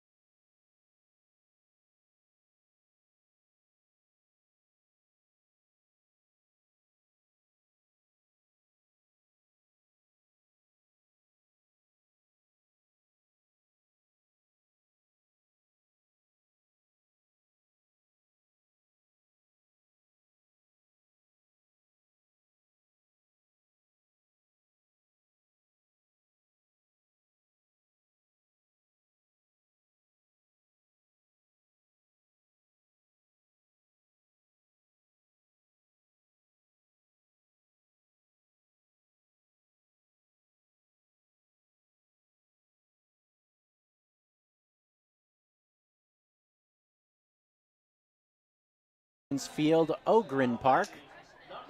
Paddleheads have a 6-run advantage over the Great Falls Voyagers. 7-1 is the score. And a new pitcher is coming out to start the 7th inning. It's Nathan Alexander, the big right-hander, going out there for Michael Schlack and the Paddleheads, making his 11th appearance out of the bullpen. McCabe waits on the first pitch. Here it comes. Alexander pours in a fastball for strike 1. Pretty heavy fastball from Alexander on the hill. Will hover 91 to 93 miles an hour. Count is 0-1. The pitch to McCabe is hit high and foul off to the left. Now a 2-strike count on Eddie McCabe. He's hit 2 balls out to Lamar Sparks tonight. Hitless so far. Emmanuel to follow, then Polanco in this half inning. The 0-2 on the way. Off the plate. Makes the count a ball and 2 strikes. Where the Voyagers are with the injuries kind of reminds me of a couple of weeks ago with Missoula. A couple of their key guys missing. 1-2 pitch is a slow rolling ground ball towards Willman. Comes up on him but recovers, throws on to first, and guns down McCabe. Nicely done from Willman, not panicking after not having that one cleanly initially. Able to record the first out. McCabe retired is 0 for 3.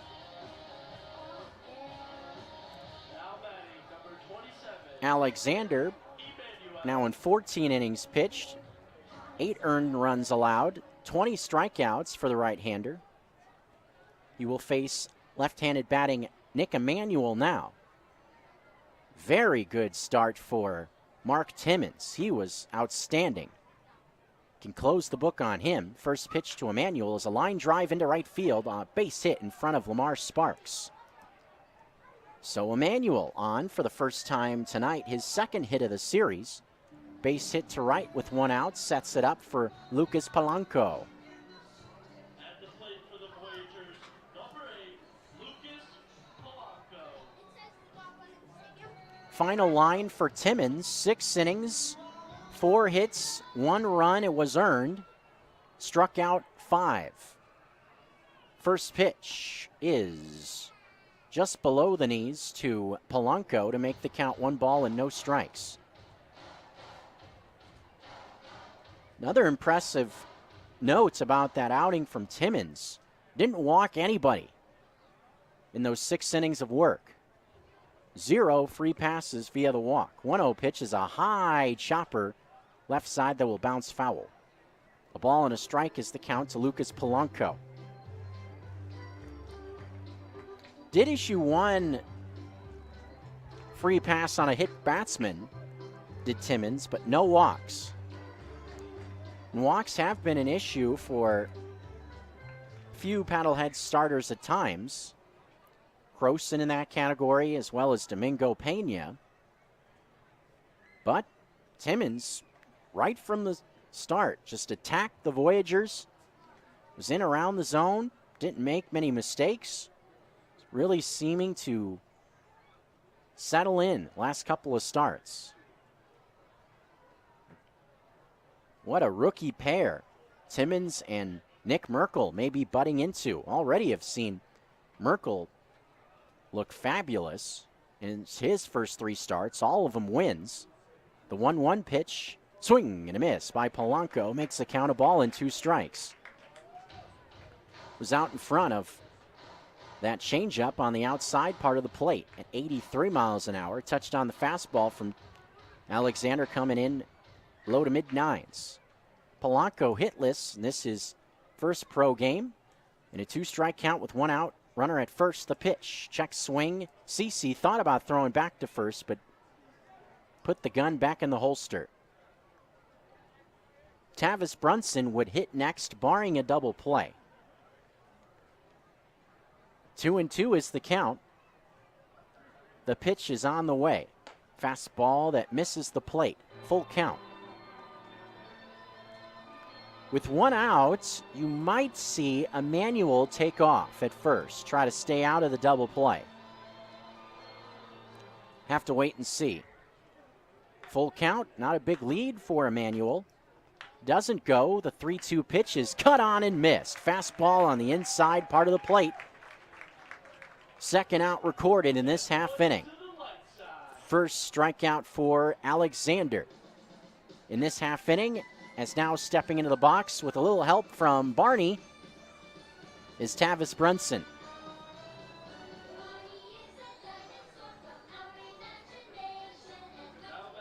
Sing it. I love the Barney mock walkout. First pitch to Brunson is outside, 1-0. Takes me right back to being the little kid with the toy trains. As a kid, I was Big Thomas the Tank and Barney. Those were the 2 biggies for me when I was a little guy. 1-0 is the count with 2 outs. So whenever I hear the Barney song, it's like my ears pop up. I'm right back there again. 1-0 pitch to Brunson is up high. Makes the count 2 balls and no strikes. Got it all working here on a Saturday. Barney theme music, Star Wars night. We even had a heel turn tonight. Character going from the light side to the dark side. Oh, brother. Paxton, the 2-0 pitch is cut on and missed. It's been kind of the battle in between games. Fans have been playing interactive games in between innings, and players have even been assigned to the light and the dark side. Paxton initially was part of the Jedi side, but in between innings, the 2-1 pitch is up high, makes the count 3-1. Alexander cannot believe that one wasn't called a strike. You can see why he has beef. Looked like it had the top part of the zone. But yeah, Paxton, middle of the last inning, flipped to the dark side. Oh boy. Sammy B is going to have a word. I don't know if there's room in the Sith for Paxton. The 3-1 pitch is up high again. That one looked to be another strike on the high part of the zone, but was not called that way. So Brunson gets the free pass. Alexander is ticked off on the mound. This will continue the inning for Miles McKissick. Pair of runners on now here in the top of the 7th for Great Falls. Lead runner is Emmanuel at second base. Base hit and a walk to this point put these runners on base. Voyagers trail by 6, 7-1 the tally. Pitch on the way to McKissick is slowly grounded foul at home plate. Strike one, 0-1. McKissick struggled against Timmons, and both of his at-bats he faced him, struck out swinging both times. One of 5 Ks for Timmons through 6. 0-1 the count. Alexander, a quick peek back behind him towards Emmanuel. The 0-1. Bunt, third base side, gets high in the air. Thompson can't get to it. So McKissick tried a drag bunt that time on the third base side, popped it up in the air. Lucky for him, Cam Thompson didn't have time to try to track it down in foul territory. So McKissick took the gamble, tried to get on with a bunt. Catching the Paddleheads off guard doesn't work in his favor. Now he finds himself in a 2-strike count. 0-2 the count with 2 outs in the top of the 7th inning. See if Alexander can get him to end the frame. The 0-2 on the way. Breaks off the plate away, makes the count a ball and 2 strikes. Changeup from Alexander was well off the plate. Easy take for McKissick.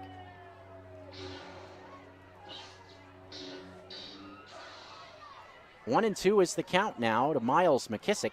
Top of the order, and Brayton Daniel would come up next in this half inning. Alexander set near the chest, the 1-2 pitch. Fastball up high. 2-ball, 2-strike count. Another relatively easy take for McKissick. Trying to keep this 2-out inning alive. When you're trailing like the Voyagers are in this spot, base runner's obviously your friend. Trying to put runners on the bases, create stress, put a rally together. 2-2. The pitch. Swing and a miss. Breaking ball off the outside part of the plate. 2 strikeouts for Alexander in the frame. 2 runners left stranded, as well as the Voyagers are held quiet once again. Time to stretch here, bottom of the 7th coming up. Missoula leads 7-1. It's a tie. It is down to the last few innings.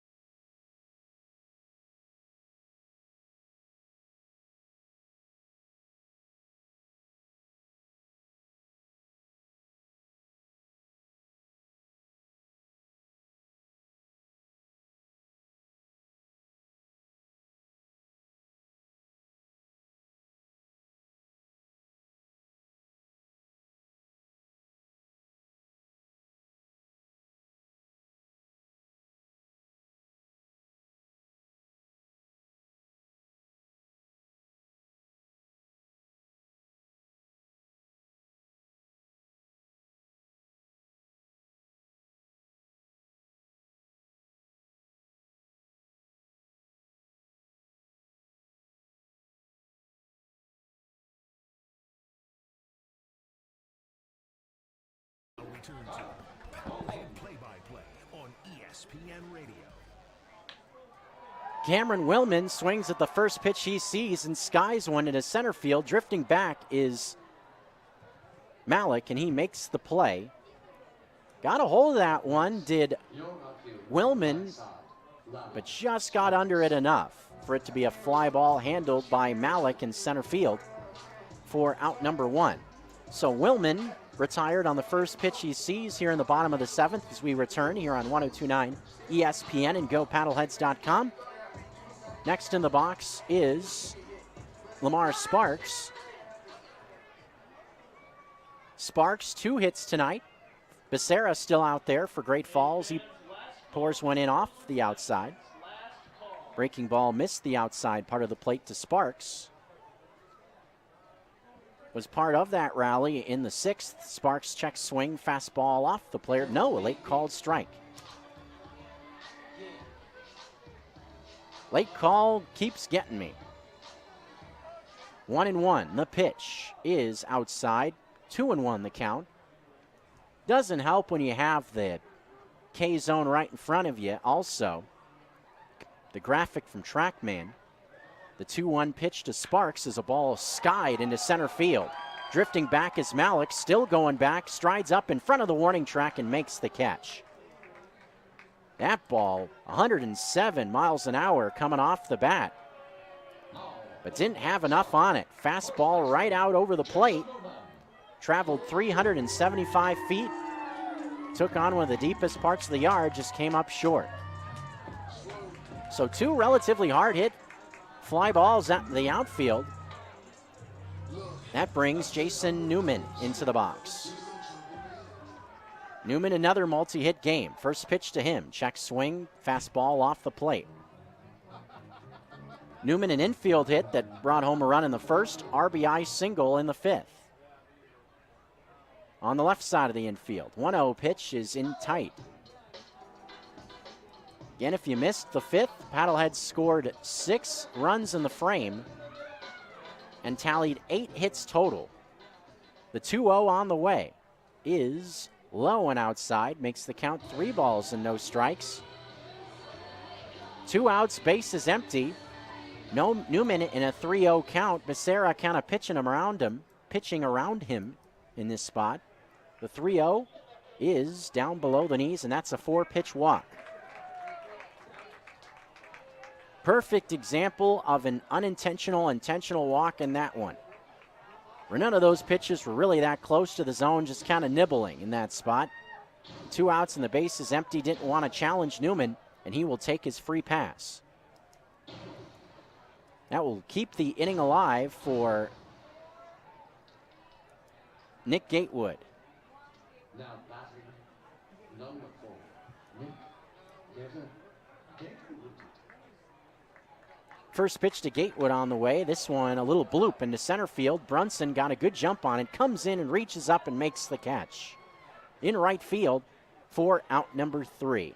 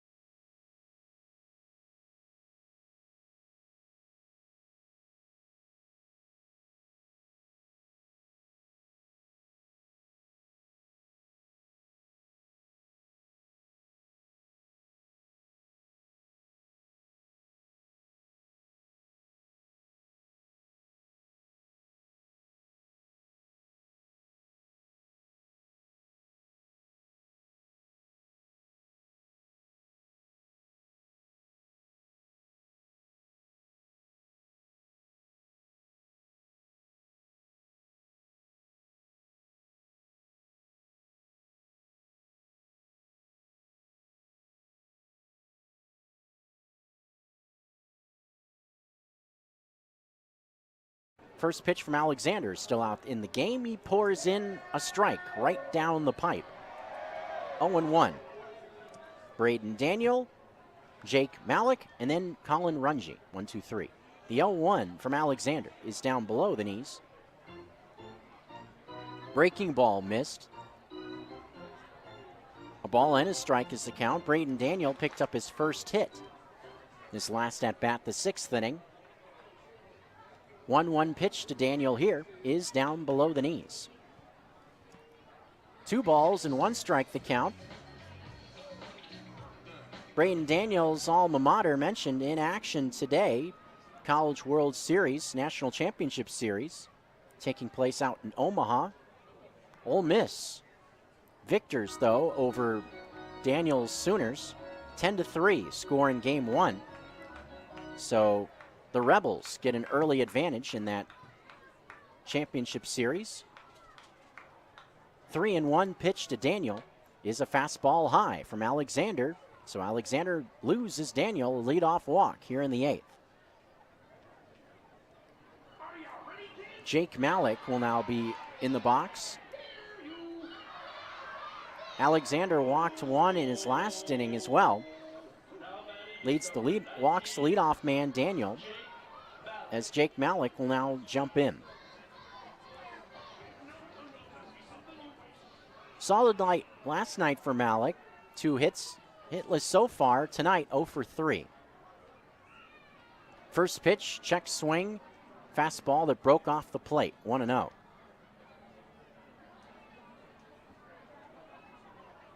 Touched on earlier on action in the North. Boise Hawks winning game 1 and are leading in game 2 of a doubleheader. Runner takes off on the 1-0 pitch as Malik fouls it off to the left. That one actually probably a big break for Missoula. It looked to me like Daniel had a big jump off of first. So if that wasn't a foul by Malik, even if it was a strike, I would have thought that Daniel would have been able to get into second base relatively easily. But a foul sends Braden Daniel back to first with nobody out in the top of the 8th. Malik waiting. The pitch from Alexander is slowly skipped foul. Alexander and the rest of the Paddleheads pen, whoever comes in after Alexander, looking to preserve what was a fabulous night for Timmins.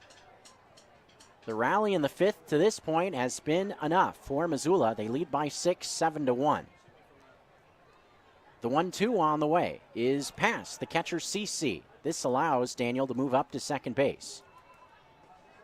Count is even as well now to Jake Malik at 2 balls and 2 strikes.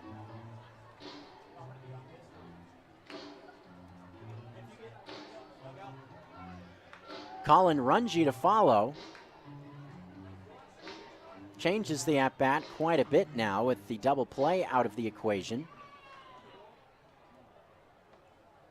Malik hit into a double play in his last at-bat. It was a soft liner to the glove of Newman, who doubled off Daniel at first base, who came off the bag.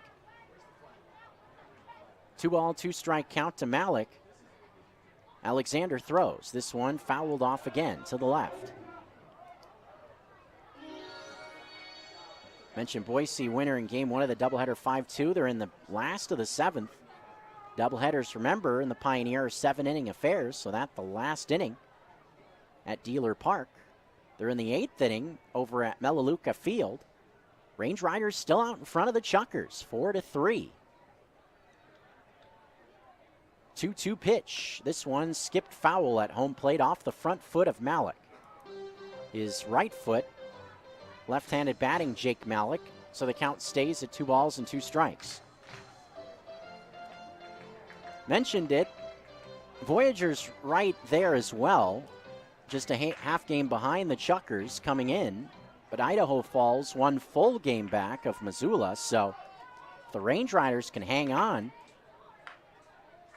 that would be a result that obviously the Paddleheads would like, as they would have a great chance to get a little bit more breathing room from that top spot in the Northern Division. 2-2 is the count now to Malik. Nobody out in the inning. Daniel on at second base. Reached on a walk to start the frame. Alexander kicks and throws the 2-2. This one cut on and missed. Blew a fastball by him for out number 1. Third strikeout for Alexander. That was just some high cheddar right on the corner on the inside.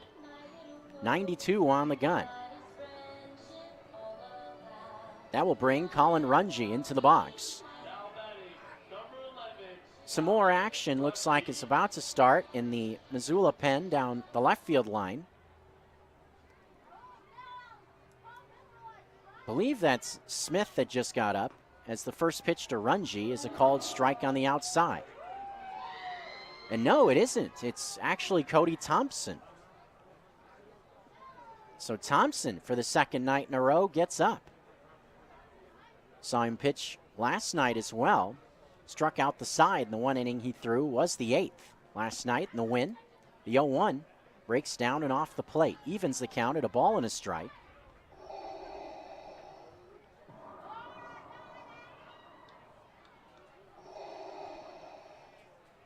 One out in the frame. Daniel still on at second base. Runge, 1 for 2, has been on base twice. 1-1 offering on the inside part of the plate. Missing inside, I should say. 2-1 now, the count to Runge. Reached on an infield hit when Timmons was still on the mound in the 6th. Hit a ball towards the middle, glanced off his glove. It was gloved by Watley, but by the time he tried to make a throw over, it was well too late. The 2-1 pitch. Check swing, didn't keep the bat back. Strike 2. Fastball up above the hands, but Runge could not stay off it. Alexander looking for another strikeout. It's already got 3. This is second inning of work. Count even at 2 to Runge. Leaning that bat on his shoulder. The pitch. Runner takes off, and there's a swing and a pop-up into foul ground. Catcher CC couldn't find it, and it's into the seats. Whoa, right in front of us. Ball actually went into the booth next to us. The PA booth. Ball actually ended up in the PA booth. Isn't that wild? Not in the announcer's booth, our booth. That's probably the closest a foul ball has come to us this season. 2-2 again to Runge. Swing and a miss. Fastball, high part of the zone, blows it by him for out number 2. That's 5 strikeouts for Alexander. 4 strikeouts, rather. The last 4 outs he has recorded have all been swing and strikeouts. Next man up with 2 gone will be Michael Deeb. Michael Deeb is responsible for the lone run in the game so far for Great Falls. It came back in the 4th. Swing and a miss at the first pitch. Actually, a foul ball is indicated at home plate. It was an off speed from Alexander. 0-1. Changeup, good idea as well. It's been featuring that heavy fastball to strike out the last couple of batters. Have to think that Deeb was sitting on heat. That first pitch gave him the changeup, fooled him to jump ahead. 0-1. Runner still at second, the pitch. This one hit high in the air, in the park, right center field. Underneath it is Sparks in medium depth right center, and that is the end of the frame. So, Alexander pitches around that leadoff walk, couple of strikeouts and a lazy fly ball, and we are headed to the bottom of the 8th inning.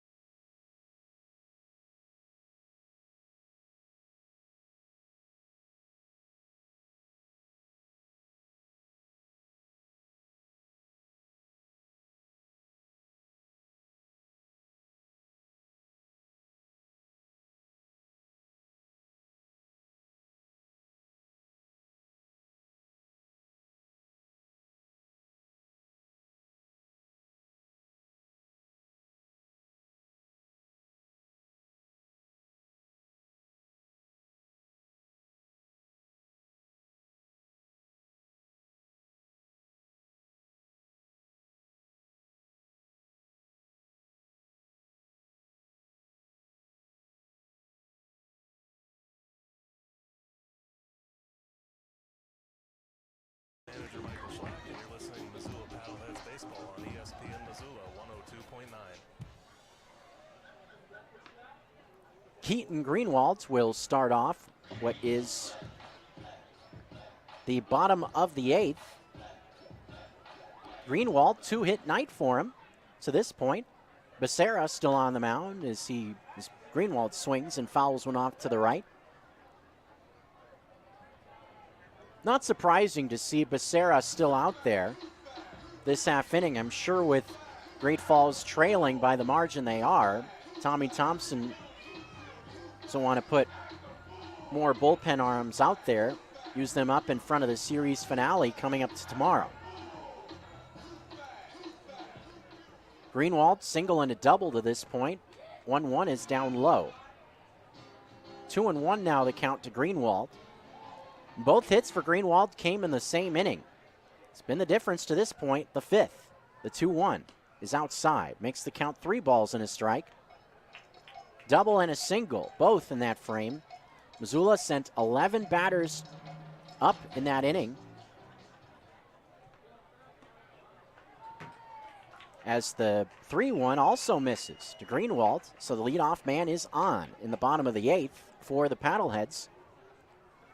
And really just so interesting how, other than that inning, the 5th, where the Paddleheads just started cremating the ball all over the field, it's really been quiet offensively on both sides, other than that inning. So Paddleheads, other than those 6 runs scored in the 5th, only have 1 run on the board. It came back in the 1st inning. Trying to change that here in the 8th. Leadoff man on. Here's Killicam. First pitch to Thompson is down below the knees. Fastball missing there. Thompson hit the ball hard his first at bat, but is 0 for 3. He's hit the ball hard twice tonight, actually. Nothing to show for it. The 1-0 on the way is a ball hit high and hard, but foul off to the left. Going towards the grassy knoll, but over the top of it. That grassy knoll looks like mayhem now, with kids having lightsaber fights out there. Star Wars night. 1-1 the count. The pitch to Thompson, outside. 2-1. Change up off the plate. Mentioned it. Star Wars night had a heel turn. Paxton going from the light side to the dark side. So, of course, Sammy B had to have a word with Pax. The 2-1 pitch. Breaking ball inside. Makes the count 3-1. There's that funky slider from Becerra. That one came in at 67. Just that frisbee slider. The left-handed batter in the box. That must be difficult to pick up. 3-1 the count. Becerra deals. Fastball gets by Polanco. That's ball 4 to Thompson. That'll put 2 runners on with nobody out. So 2 free passes issued by Becerra to start things off here in the bottom of the 8th. Surely not what Becerra and the Voyagers had drawn up, with the Voyagers already trailing by 6. 7-1 the tally here in the bottom of the 8th. Voyagers just 3 outs left. We saw Cody Thompson get up in the last half inning, no longer throwing now. Batter is now Nick Cece with nobody out here in the bottom of the 8th. Cece was part of that rally. Hit a home run in the frame. It's always a good way to say hello to a new fan base. Cece 1 for 3 to this point. Another RBI chance with a couple of ducks on the pond and nobody out. Becerra, quick peek behind him. The pitch to Cece dips down below the knees. Breaking ball off the plate, 1-0. Series finale between these two coming up tomorrow afternoon. Remember, Sunday day games are now the norm here in Missoula. not previous to this season. But I like the matinee affairs. Myself, like that we get to have a few more day games as CC hits one a mile high in foul ground on the third base side. That one ends up in the seats as well. Just heard the clang down beneath me. So I wasn't kidding. That thing really was up there a mile high. But in foul ground, as the count is now a ball and a strike to Nick CC.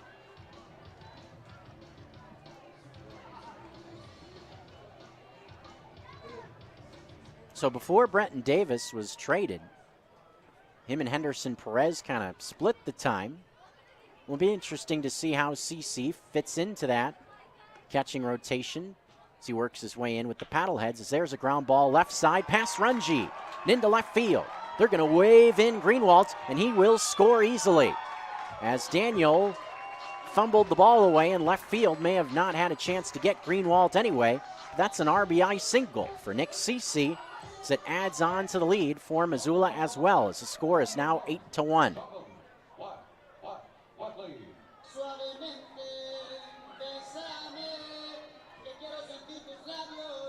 Kevin Watley will now be the batter.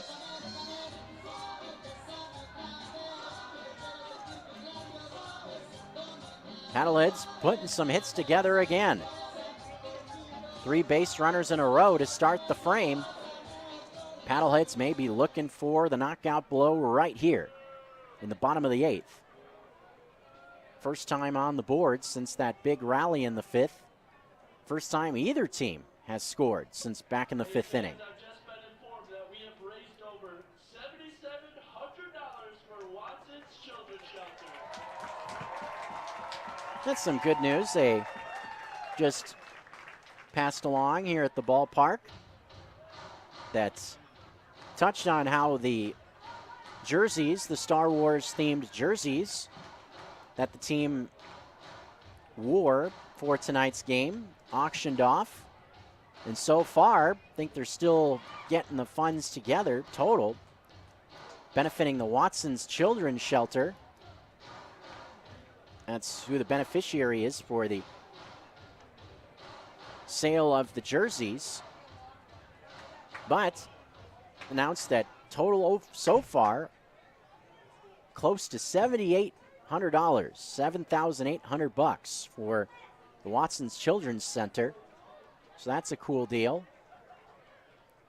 And the Voyagers are actually making a pitching change right here as well. Looks like Alexander Castro has come out. So it looks like Watley was going to come up and face Becerra, but Thompson apparently was buying some time, trying to give the bullpen some time to make a change. Saw Becerra struggling a bit right out of the gate in this inning, having allowed 3 base runners in a row. So it forces Tommy Thompson to go back to the bullpen. So Castro taking the ball in this half inning. Castro, a guy that the Paddleheads have seen before out on the mound, but not in a situation like this. Castro has spent most of the time with the Voyagers as a starting pitcher. Castro has made 7 appearances, this being his 7th. But he also has 4 starts on the year. Castro has struggled overall.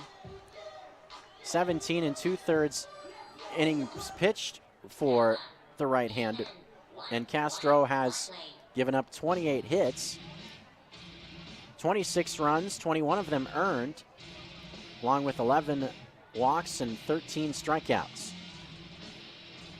2-2 record for Castro on the mound. Did face the Paddleheads once, and actually picked up a win the one time he faced Missoula.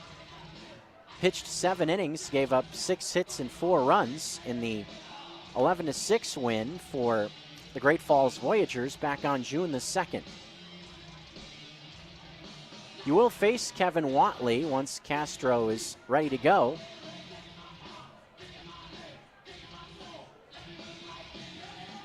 Watley has batted from the right side for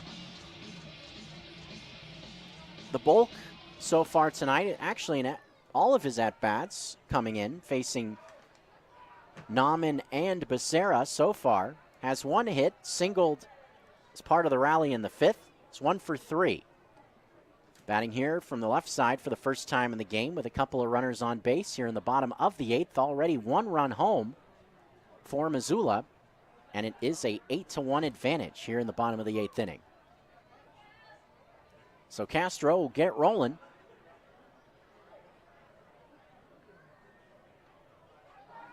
Eight runs on 11 hits for the Paddleheads. A run on 5 hits for the Voyagers. No errors for either club. Some bullpen activity has gotten going once again down the left field line. Dan Swain is up. Haven't seen him on the mound for a bit. Looks like Swain's getting loose to pitch the 9th. So now time has been called once again. Now Brandon Close, the pitching coach, is going out. What is going on? So Close, the pitching coach, is going to go out. He's going to have a word with Castro and the catcher, Polanco. But I have to think that there has to be some sort of miscommunication between Castro, the pitcher on the mound, and Polanco behind the plate. Touched on Polanco just joining the Voyagers, so maybe still getting signs and all those sorts of things nailed down. After that visit, will now finally return back to play. So we're still waiting on the first pitch to Watley. Castro finally ready. Peeks to second, delivers the pitch. It's up high. Fastball up, makes the count 1-0. 2 walks already issued in the frame. They've moved on to the 9th inning at Melaleuca Field. Still a 1-run lead for the Range Riders over the Chuckers. 1-0 pitch is in tight for ball 2. No, as a late called strike, even the count. So as the last couple of innings cruise on in this one, surely keep an eye on what's going on at Melaleuca Field. The 1-1 pitch from Castro, swing and a miss. Makes the count a ball and 2 strikes.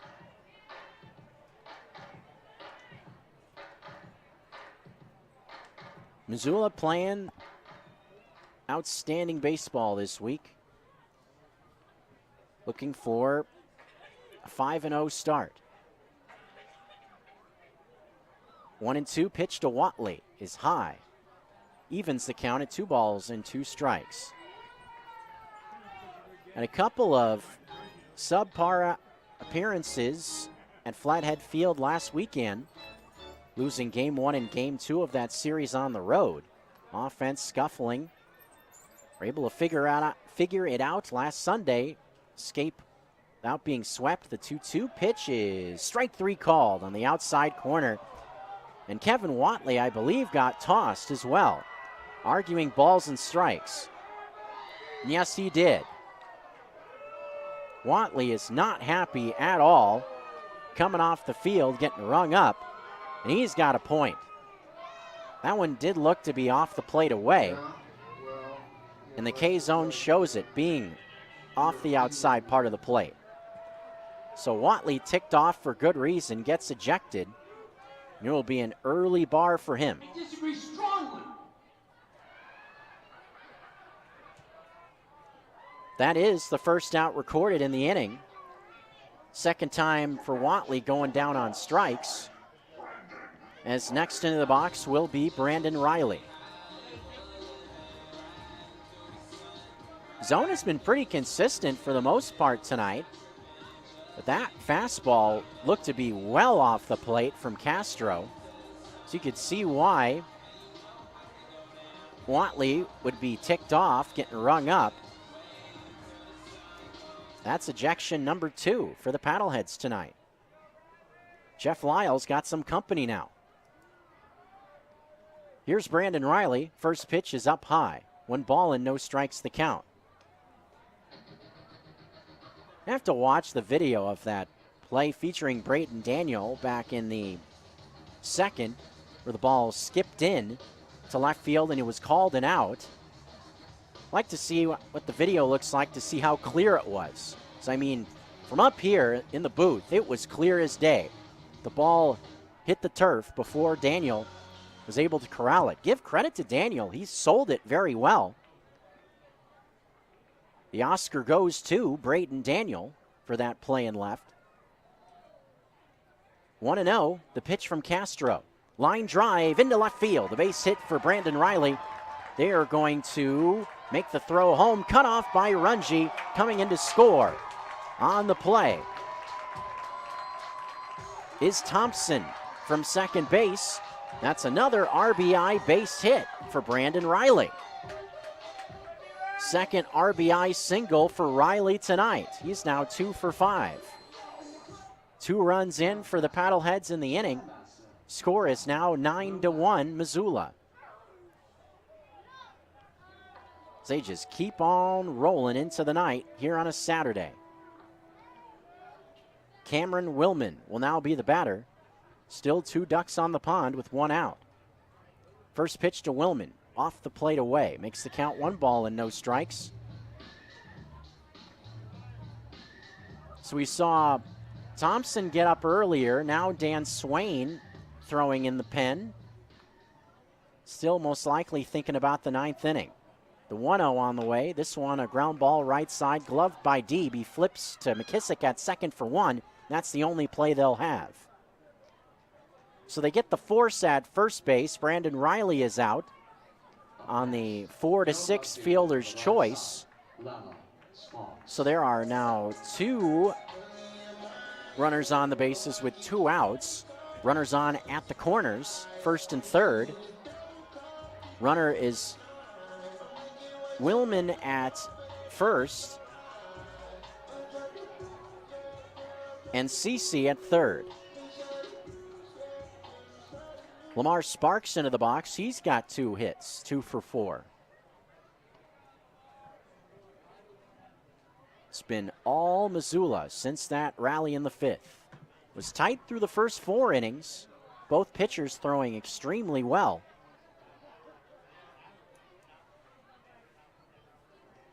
First pitch to Sparks is fastball. It was a called strike. Castro pours it in, a little bit on the outside portion to make it 0-1. Since it was tied at 1 in the 4th, Missoula has outscored the Voyagers 8-0. The 0-1 pitch, fastball, this one high, evens up the count. Sparks, the RBI in the 5th, was his 24th. Now tied with Nick Gatewood for second on the team. Actually, it's not correct because Gatewood has an RBI tonight as well. So he's got 25. 1-1 pitch is high. So Gatewood is second. Right behind him is Sparks. Team leader is Jason Newman. Couple of ribbies for the big fella tonight. Newman now has 31 on the season. 2-1 with 2 outs. 9-1 advantage for the Paddleheads in the bottom of the 8th. The 2-1 from Castro, outside, 3-1. Speaking of Newman, he would get a chance to swing it next if Lamar Sparks could bat. He would do so potentially with the bases loaded if Sparks draws a walk. That would be fun if he gets a bases loaded chance. The 3-1 on the way is inside for ball 4. Newman will get a shot with the bases juiced. This should be fun. Let's see what Newman's got. He's already had a heck of a series. Had the 4-for-4 game last night. He's followed it up, reaching base 3 times tonight.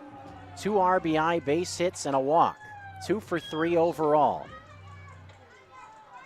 The ball that was an out was hit well into left center field. Hit to the wall, but was tracked down by Malik in left center just below the scoreboard. Bases loaded, pitch from Castro, breaking ball. High part of the zone, called a strike. Instance there where Newman was not thinking about a breaking ball, lets it go by for strike one. Definitely was a good pitch to hit right out over the plate. 0-1 is the count with 2 outs. 2 runs already in for Missoula in this half inning, 2 RBI singles in the frame. It's just been singles wild tonight. 0-1, swing and a miss. Another breaking ball in the outside part of the plate. Newman had a rip, but was just out in front. So Newman's guessed wrong twice on a couple of breaking balls. See if he can make an adjustment now in an 0-2 count with 2 outs. Bases loaded. Just trying to add on are the Paddleheads in this half inning. The 0-2 on the way. In tight for ball 1. Fastball down below the knees. Makes the count a ball and 2 strikes. 12 hits for the Missoula Paddleheads. Only 5 on the other side for the Great Falls Voyagers. It's offense. Missing, yes, Riley Jepson, one of their top offensive weapons, but they have been held in check for the most part in this series to this point. 1-2 pitch is a ground ball, past a dive of McKissick through the middle. This will bring in 2 more as CC and Sparks score. More action for Jason Newman. A 3-hit game, and he gets even more RBIs. Unreal. What a series for Jason Newman. Just absolutely absurd production for Newman.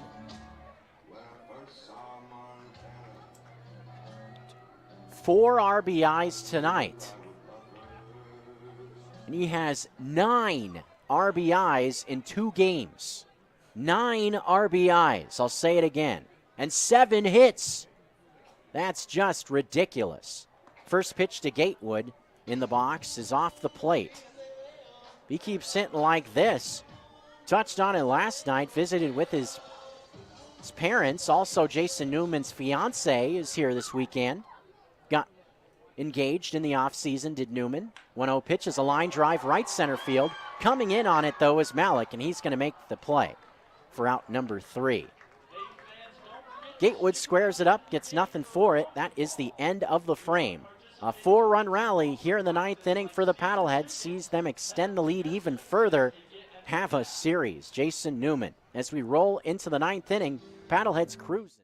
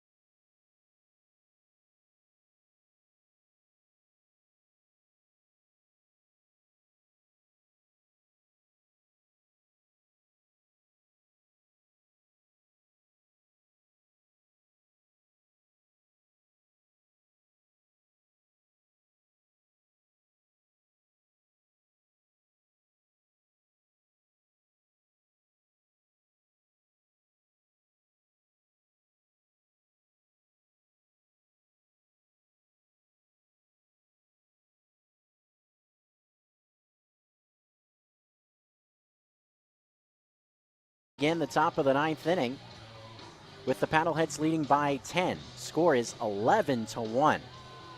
Runs have come in bunches tonight for Missoula.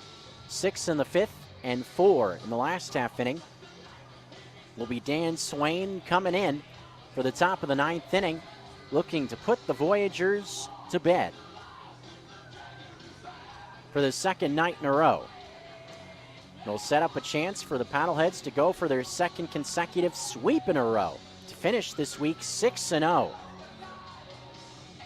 Keeping this streak rolling. Just playing great baseball.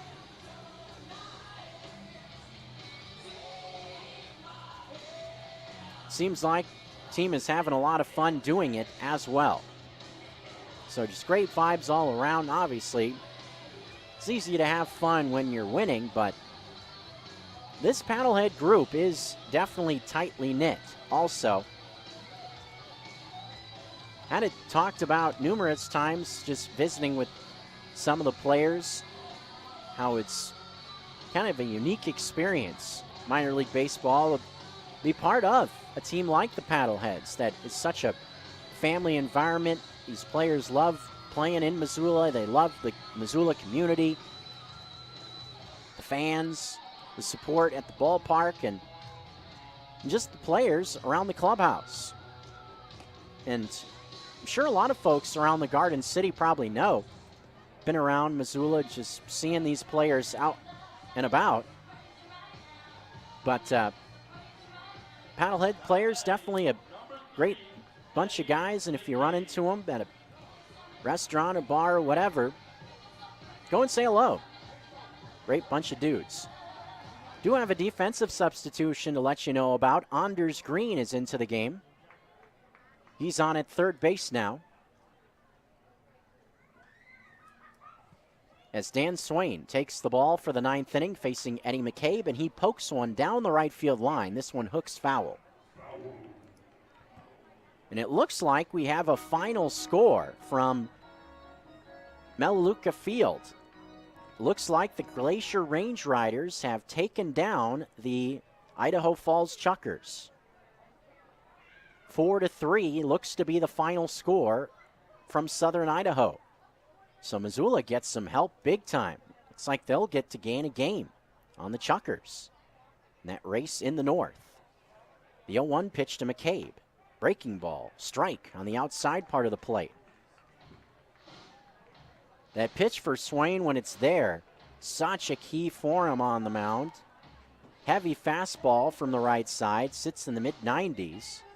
15 Ks in just 7 innings for Swain. This is 8th appearance out of the pen. 0-2 the count to Eddie McCabe. Here it comes. Fastball outside. That one at 93 on the gun, but well off the plate. McCabe, Nick Emanuel, and Polanco in this half inning. 5, 6, 7 spots. A ball and 2 strikes the count to McCabe. He's been quiet tonight, 0 for 3, as has the rest of the Voyagers offense for the most part. The 1-2. Check swing. This one gets by the catcher CC. Nobody on. That evens up the count. McCabe bounced out to time the second baseman Willman.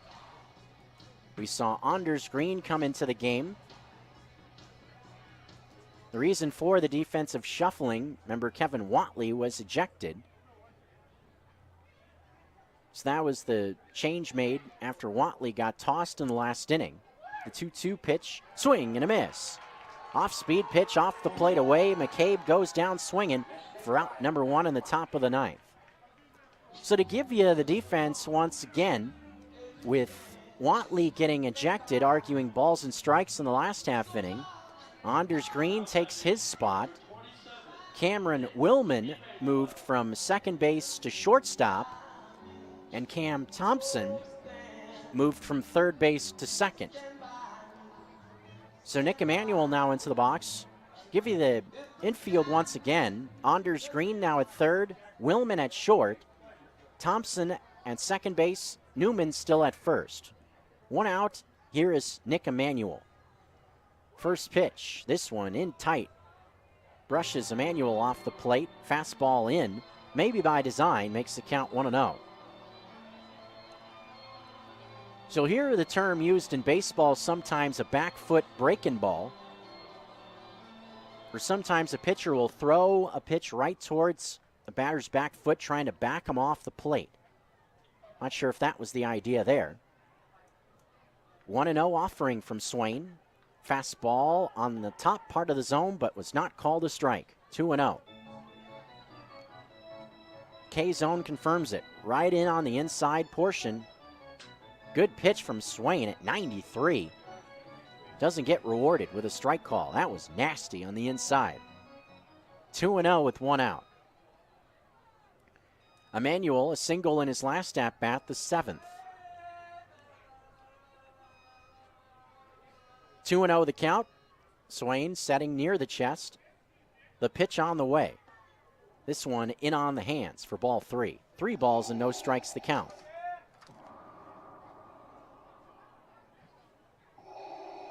Polanco to follow. 3-0 is the count to Nick Emmanuel.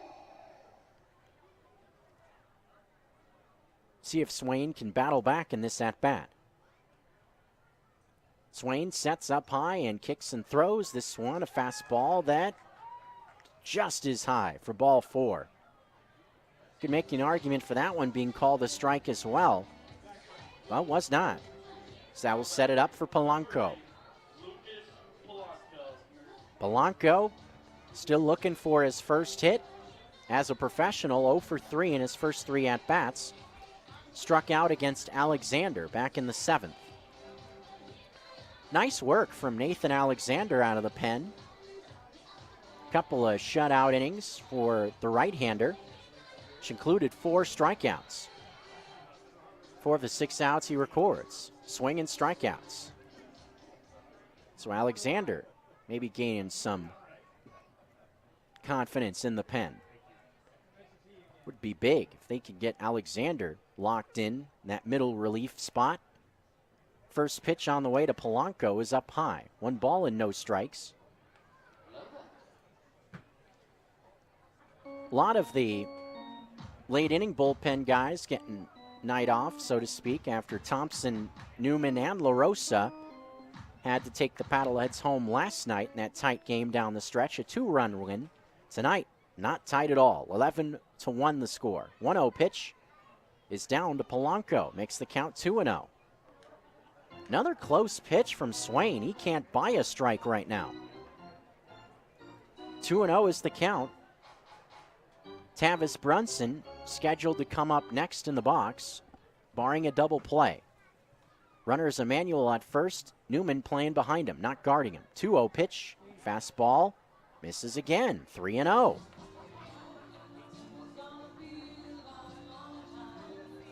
All these pitches have been right on the black. He hasn't gotten a call on one of them in this at-bat. Really pretty wild. I mean, the K-zone has shown all 3 pitches of these in this at-bat right close to the zone. That one right down the middle for strike 1. No question about that. 3 balls and a strike now. And obviously, I have the luxury. I got the fancy graphic K-zone right in front of me, so I can see exactly where it came in. 3-1. Pitch to Polanco. Swing and a miss. Another fastball, bottom part of the zone. Polanco couldn't catch up to it. Now a full count with 1 out. Runner on at first.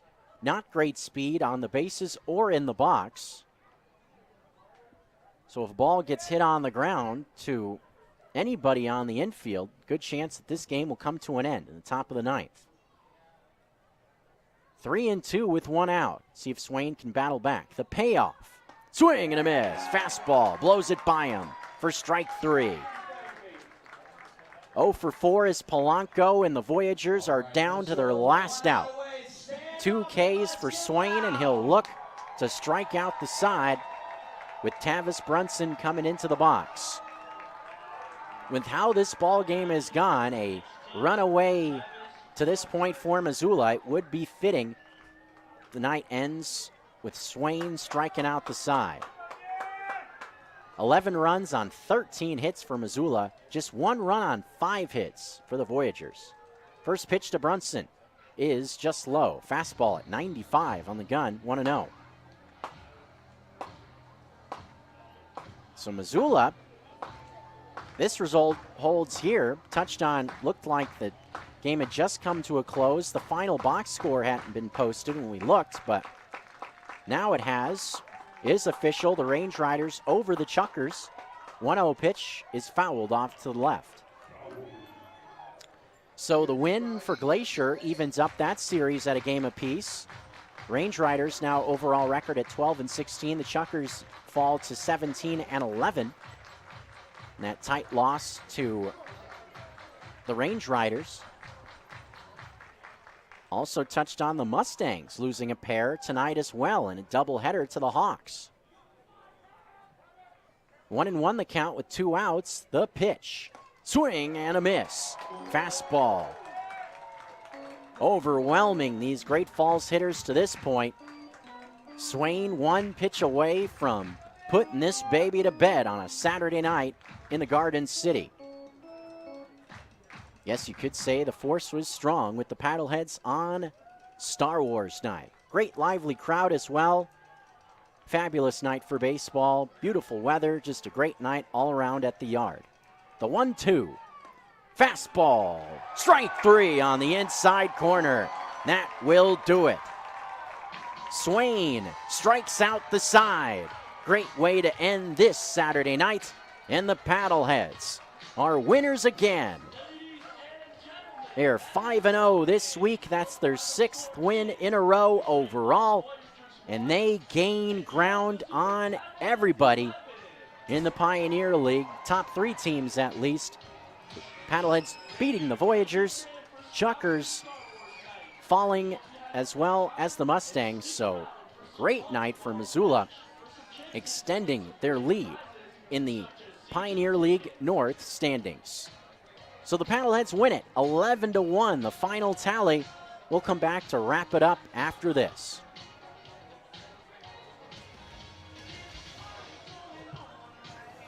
Grey Wolf Peak Casino leads the pack as Montana's largest casino with more than $300 Missoula PaddleHeads won!